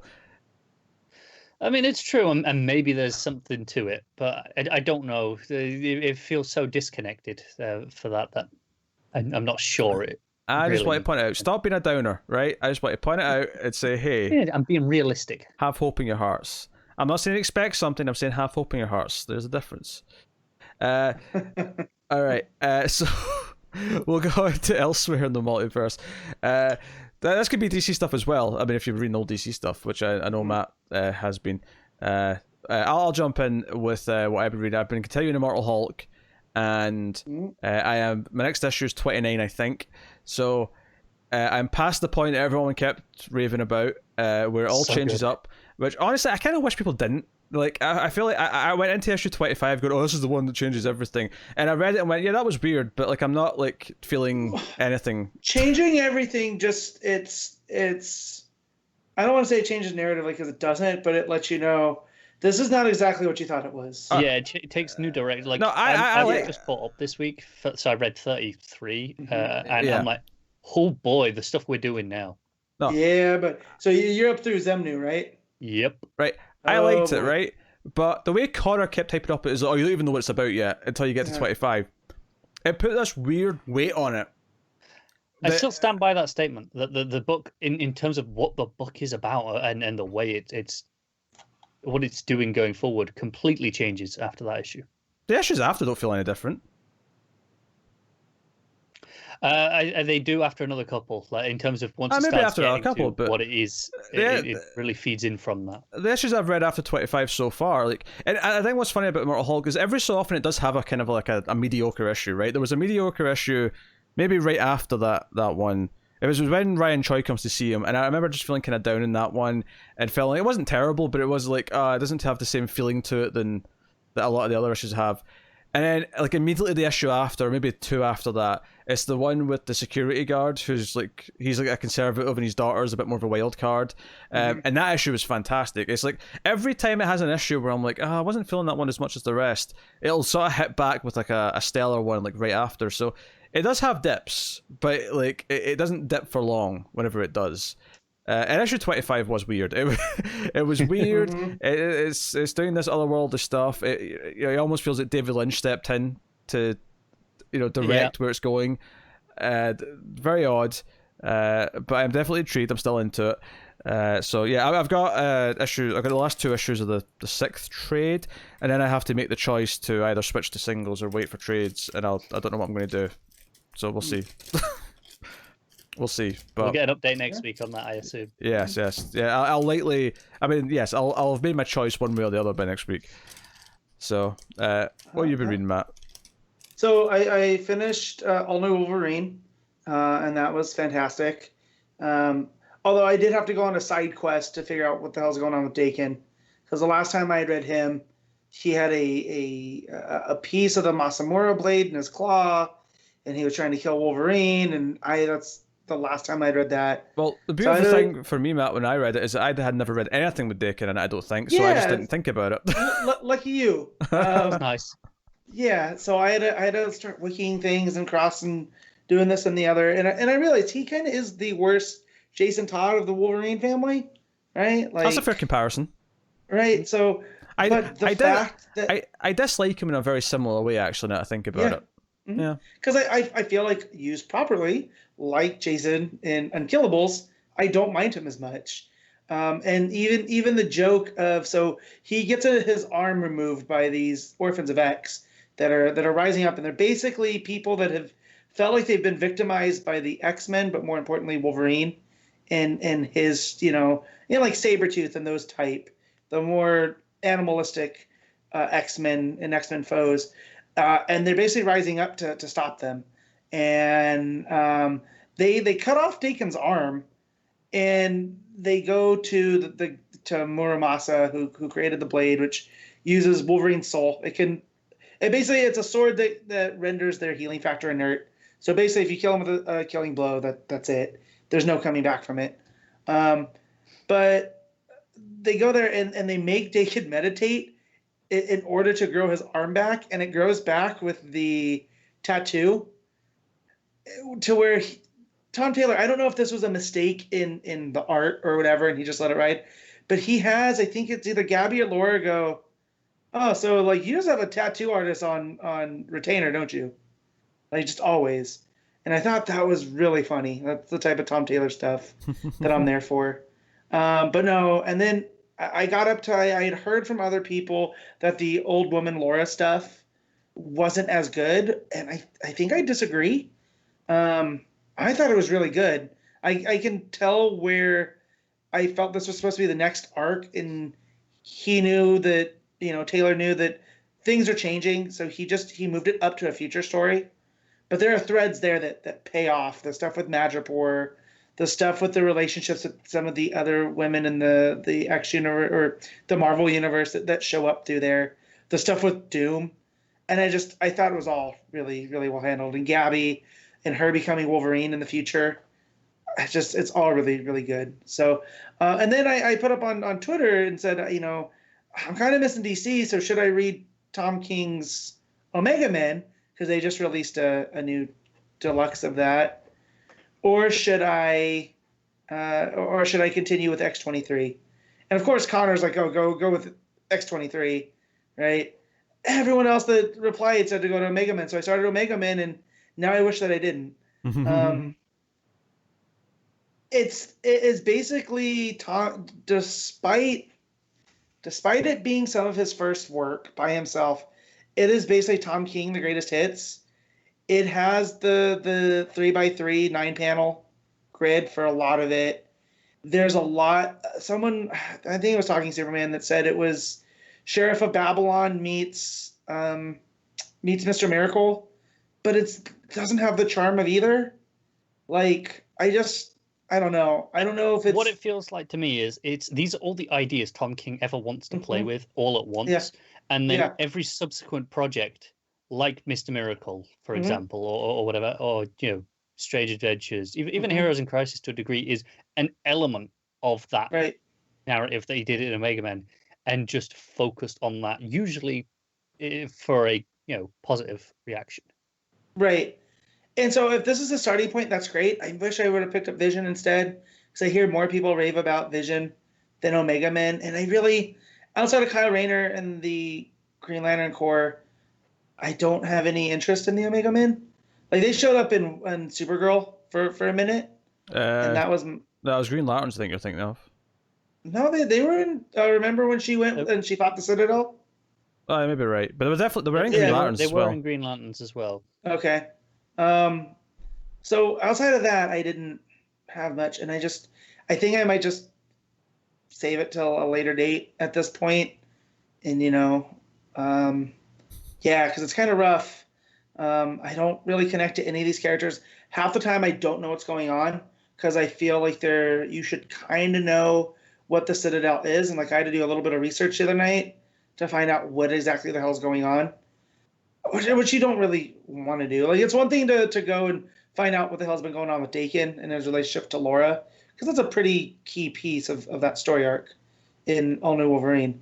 It's another to be like, okay, why are they fighting the Citadel? Why are they terrorists? Why did they kill Kyle Rayner? Why does this book exist?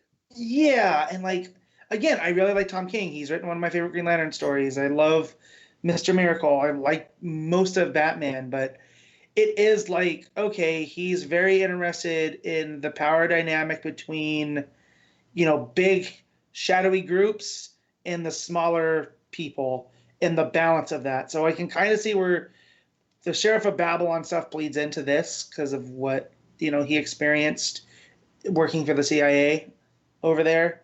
But at the same time, I'm like, why is Kyle Rayner here? Like, I don't know. Yeah. But then I got to another piece where they told him that he needs to believe in something outside of himself, and he recites the Green Lantern Oath, and instead of, blood from him, because, spoiler alert, they didn't actually kill him. They made him look like he was dead, and they want him basically to see what's going on in the sector, even though the Green Lanterns don't have any, what is it? They don't operate there. Jurisdiction. they still want an outside person to see what's going on. And he ends up with his blood drawing from the Omega symbol, the Green Lantern symbol. And I thought, okay, well, this is really cool. But now it's taking me 2.5 issues to get here. And now I have another 10. And it's like, just found it. I read through all of it for whatever reason at the time. It was at that tail end of the New 52 where there wasn't a lot of other stuff going on. I just found it thoroughly unengaging. Yeah, that's it. And I feel like I'm reading it as homework, and I don't like it. So I might try to read issue 3, which I fell asleep reading last night. But yeah, I can't recommend it. And if you like it, cool. I don't want to be told that I'm wrong because we have different tastes. And I don't know if it's also a knock-on effect from the stuff I was reading from Marvel is a lot lighter and a lot more fun. Like, yeah, I keep calling it X-23 because that's what I'm getting ready to read, and I'm excited to read that. But the stuff with Laura, and it emotionally resonates. And even the stuff with Kate Bishop, it's a lot of fun. And Omega Man's not fun, It's very dreary and real worldy, and I don't know. I think fun is an unforgiven factor sometimes in comics where people just kind of go, yeah, but sometimes just the fun book is the best one. Like in the Old Woman Laura story arc, when Captain Marvel and Kate Bishop show up to help her as like her backup to get into that area, I got stupidly excited. And those are weirdly 2 characters that I read written by Kelly Thompson, right? That now I have a track record with. And yeah, so I don't know. Sometimes I don't know if I just have a predisposition to want, like, these are characters I hook onto, and that's all I care about, right? Or what? But yeah, man, I wish I was enjoying Omega Man more. Yeah, I haven't read Omega Man, so I can't comment on it. I will say, as far as the sometimes the fun book's the best book. I mean, it just depends on who's writing it, because fun still has to be well written. And sure, I'm not diminishing that factor. Yeah, but like compare like Suicide Squad when it's fun, written by Tom Taylor, and he's introducing these new characters. Mm-hmm. You're like, yeah, I'm all about it. But the previous Suicide Squad that was being written, I was not going to try whatsoever. Even Suicide Squad bits that I like when Alice Cott did a little bit of a run. I really like that. It was really solid. Fun is not the word you could use to describe that story, not at all. But I'd take a fun version of the equivalent writing skill. I would probably take the fun version over the dreary, edgy version 9 times out of 10.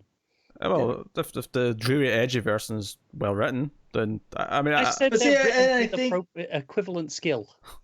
Yeah, but see, I also feel like I would consider Charles Soule's Swamp Thing fun. I would more than anything. Oh, that's a good example of where I think the fun doesn't work for it in the same way. Yeah, exactly. And that's again, and it comes down to taste. What I'm trying to say though is that I don't prefer one over the other. I'm saying that I think the idea of, like, I would always take the fun example, assuming the writing's equivalent, over the non-fun one. In that sense, I think it's almost a ridiculous statement because you have to have room for both. Otherwise, neither one has any meaning anymore. What would you consider Green Arrow Year One, which is one of my favorite stories of all time? Is that fun, or is that more gritty storytelling? I would lean more towards the gritty of the two. Not just like a yes or no question. It's more, there's a scale. No, I know, but what do you see it as? I would say that's less fun. That book. See, I would say it's a lot of fun. I would say that's less fun. Yeah, Tom Taylor stuff does tend to feel really fun, but it's really well orchestrated fun, which is why it works. Right, but then I feel he's the type of writer that I really like, because whenever he writes, there's a sense to it. Like, Injustice is not fun. No. But there's a sense to what I've read of it that he understands what makes these characters tick. Yeah, it might get fun. It's how he incorporates the characters and their histories and how they play off of each other that makes a lot of the fun actually work as fun. But it feels layered. And this is the problem, is that sometimes people say, oh, just have fun. Well, or, but it doesn't have to be comics and movies. This gets brought up all the time. I'll just shut your brain off and have fun. No, good fun is still smart. Dumb fun does not equal dumb. Well, I do also love the Fast movies, and I love them because they are so dumb, but they know that they're dumb. You know what I mean? There's room for both. Me and Matt talked about this in quarantine. The recent Charlie's Angels movies. That's not a smart movie. It's definitely fun and well worth checking out. Yeah, I wish I would have seen it on the big screen. Yeah, there's room. There is room for dumb fun, but what I'm saying is that the dumb fun will never equal the well-written fun. Never. I don't think I ever said it did. I don't No, know. but I'm making a distinction. At a certain point, sometimes they're one and the same to me. So it all depends, I guess. Because I love Grayson, and Pete hates Grayson. Yeah, so, I don't hate Grayson. We know Pete hates fun. I just dislike it. Right. I love great fun. And I overvalue fun. That's why I love Spielberg so much. Sure. Yeah. And Matt will have a chance to argue that soon, because coming soon, the first Male Fuzz tournament. Real subtle there. Be excited. What's supposed to be subtle? What part of that was implied to be subtle? Saying you could have been more subtle. So it was a dig at your choice of phrasing. I mean, I guess I could have compared it to Star Wars and we'd have gone on a whole thing because, I mean, the new Clone Wars season is fun and it goes places and it's well written fun. I'm still getting there, Matt. I'm not saying nothing. I'm just saying. I finished off the Bad Batch arc last night. And, it's pretty good. Even though I've seen it before. All right, now we're cutting this now. No, we're cutting this now. I'm not sitting listening to this. That's dumb fun. I'm not sitting listening to this. No. Well, we could, but the thing I actually have to talk about is Star Wars. We can move. No, we can move on. That's enough. That's enough for elsewhere. That's enough for elsewhere. This is. I need to know the 1,000 pages real quick. What he read. I don't need an in-depth breakdown, Connor. Oh, I'm not going to do an in-depth breakdown. I'm going to give an overview. Why? Well, it was Star Wars Day this past week. Right. I have multiple Star Wars trades, the Epic collections of the Legends material that Marvel have been recollecting, mostly Dark Horse material. That I've just not read, or I've read the first little bit and then ran out of time for whatever reason and not gone back to it. So I thought, no, screw this. I'm going to make a concentrated effort to get past the first 6 issues of Knights of the Old Republic, which was like a mid to late 2000s book by John Jackson Miller. Very much inspired by the games. You know, there's a couple of characters pop up here or there, references. It's set on some familiar planets. And I'd read the first 6 issues like twice before, and which is the first, arc. And then this time, I got past it, and I got hooked, and I got hooked in deep. And then I already had the second trade in Comixology, so I read the second trade, and then I was like, well, there's only one more, so I read the third trade, which was 50 issues plus a little bit of material from taken out of various anthology issues, so like an extra maybe issue's worth of content there. And then a sequel 5-issue miniseries called Knights of the Republic War, I think it was. It's fantastic. It's a lot of fun. It's basically real short lowdown of just the setup of the book, which a lot of this is the first arc, ends up being the setup of the book, is we're on Taris, which is the main planet from the first planet from the first Old Republic game. And you've got a Padawan in training. There's a group of them, it's 5 masters, 5 Padawans, and they're about to be knighted. They're on their final trial. But the guy we follow, he's a bit shit. He's probably not going to pass his final test. They're not going to knight him, and they all kind of know this. But they get to the ceremony, and he gets there late because that's what he does. And he gets there, and the other masters have already killed their 4 Padawans. Yeah. And he runs, and that's the book for the first is he runs away, and he doesn't clear his name till for a long time. The first more than half of this 50-issue run is him trying to get back at these masters to understand what they did. Basically, the masters they were all Foreseers, and they had a prophecy that someone in a spacesuit would bring about the return of the Sith. And the spacesuit is exactly the ones that their Padawans were wearing the day before, or something like that. So they were like, well, we need to kill our Padawans then. This is just telling me that the Jedis were always full of it. Yeah, that's pretty much the whole point. And he ends up getting a lot of sidekicks. Griff is his major sidekick, who's basically a small-time criminal who wants to be a really big, well-known criminal and well-respected criminal, and is glorious. He is so much fun. There's a lot of other fun characters that they meet along the way. A couple of Mandalorians, stuff like that. That's very time appropriate for if you played those games. A lot of designs and stuff straight from that. It's a real fun ride. I'd say the first like 2/3 are better than the last third. That's kind of where it ends that first part of that story with the Jedi, and then it has just like a few more adventures afterwards. The few more adventures does have some of the some great emotional resonance for some of the other side characters that we kind of meet along the way. But you could probably end that. You'd know it when you go to it. It's in like the mid-30s or 40s, around that point, and go, yeah, that would work as an ending for this series. Just happens to go on a little bit longer. But I had a lot of fun reading it. Definitely worth checking out if you're interested. Okay. All right. We're done. Good. We can move on then. Pick our favourite stuff of the week. That wraps up all the comics we're going to talk about. So we could do our favourites of the week. Now, normally top 5, more of just a ranking of what you read in this case. I've got a top 2. So we'll pick our favourite art, favourite. I suppose I've done this. Best panel / moment of the week, best cover, best art, and top whatever many we read. So panel / moment. Matt, you got anything for that? Yeah, so it's gonna be when Shayra as Nayra reveals herself on the mask, and it's just really cool. It's the redheaded, green-eyed girl that's been following him through each life. Damn it, I was gonna go with that one. Sorry. Yeah.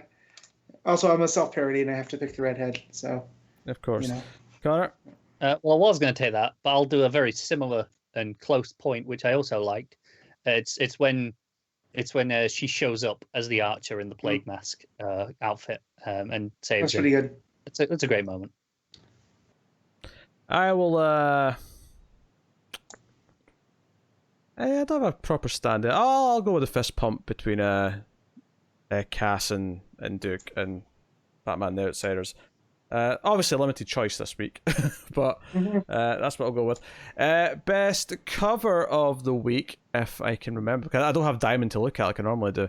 I guess I have to go to Comixology and look at them that way, like a savage. I can jump in. I haven't seen the Hawkman variant. There's a chance it could have been that, but I'm going to go with the regular Hawkman cover, which is a glorious Yanin cover with him in his plague outfit and the hat. Looks great. Yeah, I'll take the easy choice here. The main cover for Joker Harley with the marionette. That's a good cover as well. Yeah. It's gorgeous. So easy pick, Matt. I too am going to pick the Hawkman regular because again I can't look at the variants. I don't know where to look now. So yes. Yeah. Damn, I need to hurry up and get shipped again just so we can see them. So that is that. So best art of the week.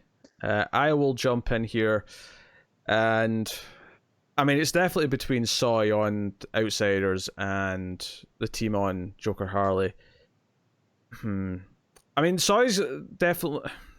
You know what? I have nothing to fault in Soy, even though there's maybe peaks in Joker Harley that's more impressive from like an outstanding sort of like wow factor. But Outsiders is so consistent and a joy to look at that I'm going to pick Batman the Outsiders. Connor. Hawkman. Matt. I gotta go. It's Takara and Pasarin for Hawkman. All right, there you go. All right, top books of the week then, Matt. Number 1, Hawkman. Number 2, Batman Outsiders. Number 3, Joker Harley. Cool, Connor. Yeah, we're all in on this Hawkman train this week because it's Hawkman and then Joker Harley for me. Yeah, I'm going to go with Batman Outsiders, then Joker Harley, then Flash. Yeah, that's what I read. I didn't really think about that there. Yeah. Do you have the list of what's coming next week, Pete? I do. Yes, I do. Okay, good. Yes. I have to listen because I used to be able to look. Yes. And check off in my brain. Now I have to listen. You have to listen for this. All right. So in terms of single issues coming next week, we have Harley Quinn 72, which we obviously don't cover. We have Justice League 44, which we do cover, so that's good. Justice League Odyssey 20's out, which we don't cover. Lois Lane 10's out, so that's coming. We have Metal Men 6. Did we already have 6? Was that I 5? don't remember. Was that 5 that we didn't? I guess it was cover? 5 we didn't talk about. Okay. 6 is it next week. Oh. And then... Tells you how memorable that book is, I guess. Yeah. We just assumed we'd already had 6. I mean, it was fun enough, but that wasn't smart fun. That was just But enjoyable. see, fun. it's one that it's going to kill me because I need to know what happens, but I'm not going to cover it on the show. Sure. Just because I'm trying to cut stuff. Yeah. Well, that's it, though. Yeah. That's the whole list. So we got Justice League and Lois. Justice League, Yeah. Lois... But, yeah. Is that all we've got in the show? Okay, so probably do some questions next week, I think. Do some questions next week. And I was going to drop Justice League. You're going to drop Justice League? I was, just because it's so superfluous. I mean... No, there's only 2 books that that word week, I is can't that? say. Exactly, but not when there's 2 books, so I guess I gotta read it. You might as well stick out to the end of Venditti stuff now. Yeah. You I just, when well it starts enough. coming out 1 per week, I might not. That's you know. Yeah, that's fair. I mean, that's only for 1 month, to be fair, just because they've got issues in the Yeah, tank. no, I know. Yeah. I know. But again, I'm trying to cut the homework, Pete. So, Yeah, good feel job. it. We've got solicits next week. Just wait until you read Dexter issue. You're going to be reminded about all this plot with the... Oh, no, they finished the Daxamite stuff, didn't they? Yeah. They defeated Yeah. them, so I guess we're on a new arc. Which I guess is a good time for a new arc to start, because we don't have to remember what happened too much. True. So that's good. So we only get 2 new books next week. So yeah, we'll definitely be taking some questions next week to go along. We'll have elsewhere, and we'll have the digital first section again as well. So yes. You can let us know what you thought of the comics this week in the comments on YouTube or via Twitter at DC Comics Podcast. It does help us a lot if you do a couple of things. If you're on YouTube, if you like. It does help us out a lot because it lets YouTube know that you're recommending this content to other people, and more people find us that way. Likewise, if you listen to the audio podcast, especially if you're doing it through Apple, iTunes. It's not iTunes anymore, but I almost feel like at least 70% of the people who use it still call it iTunes, even though it's not been iTunes for like over a year at least now. It's been that long. It's been that long.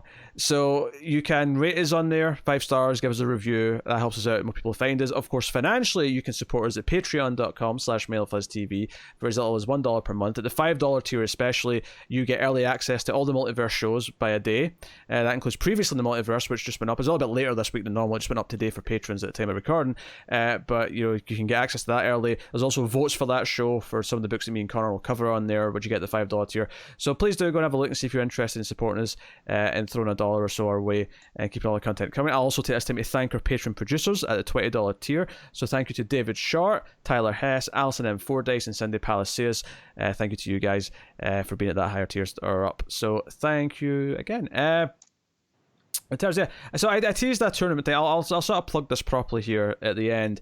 Something we're going to do. If you get anyone watched our top 50 movies of the decade, that that being the 2010s, recently, you'll know that was a project where every person on MailFuzz TV, so the 3 of us plus Tim and Tara, all recorded their picks and it was edited together.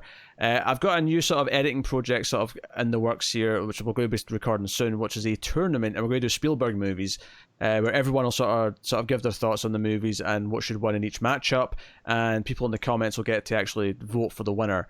But that'll be an edited project, and that'll be probably taking place over a month or 2 once it actually gets going, when the episodes start coming out. But that's something that's in the works. So the 3 of us are on it, of course, and maybe you care about hearing Matt talk about Spielberg since he loves it so much.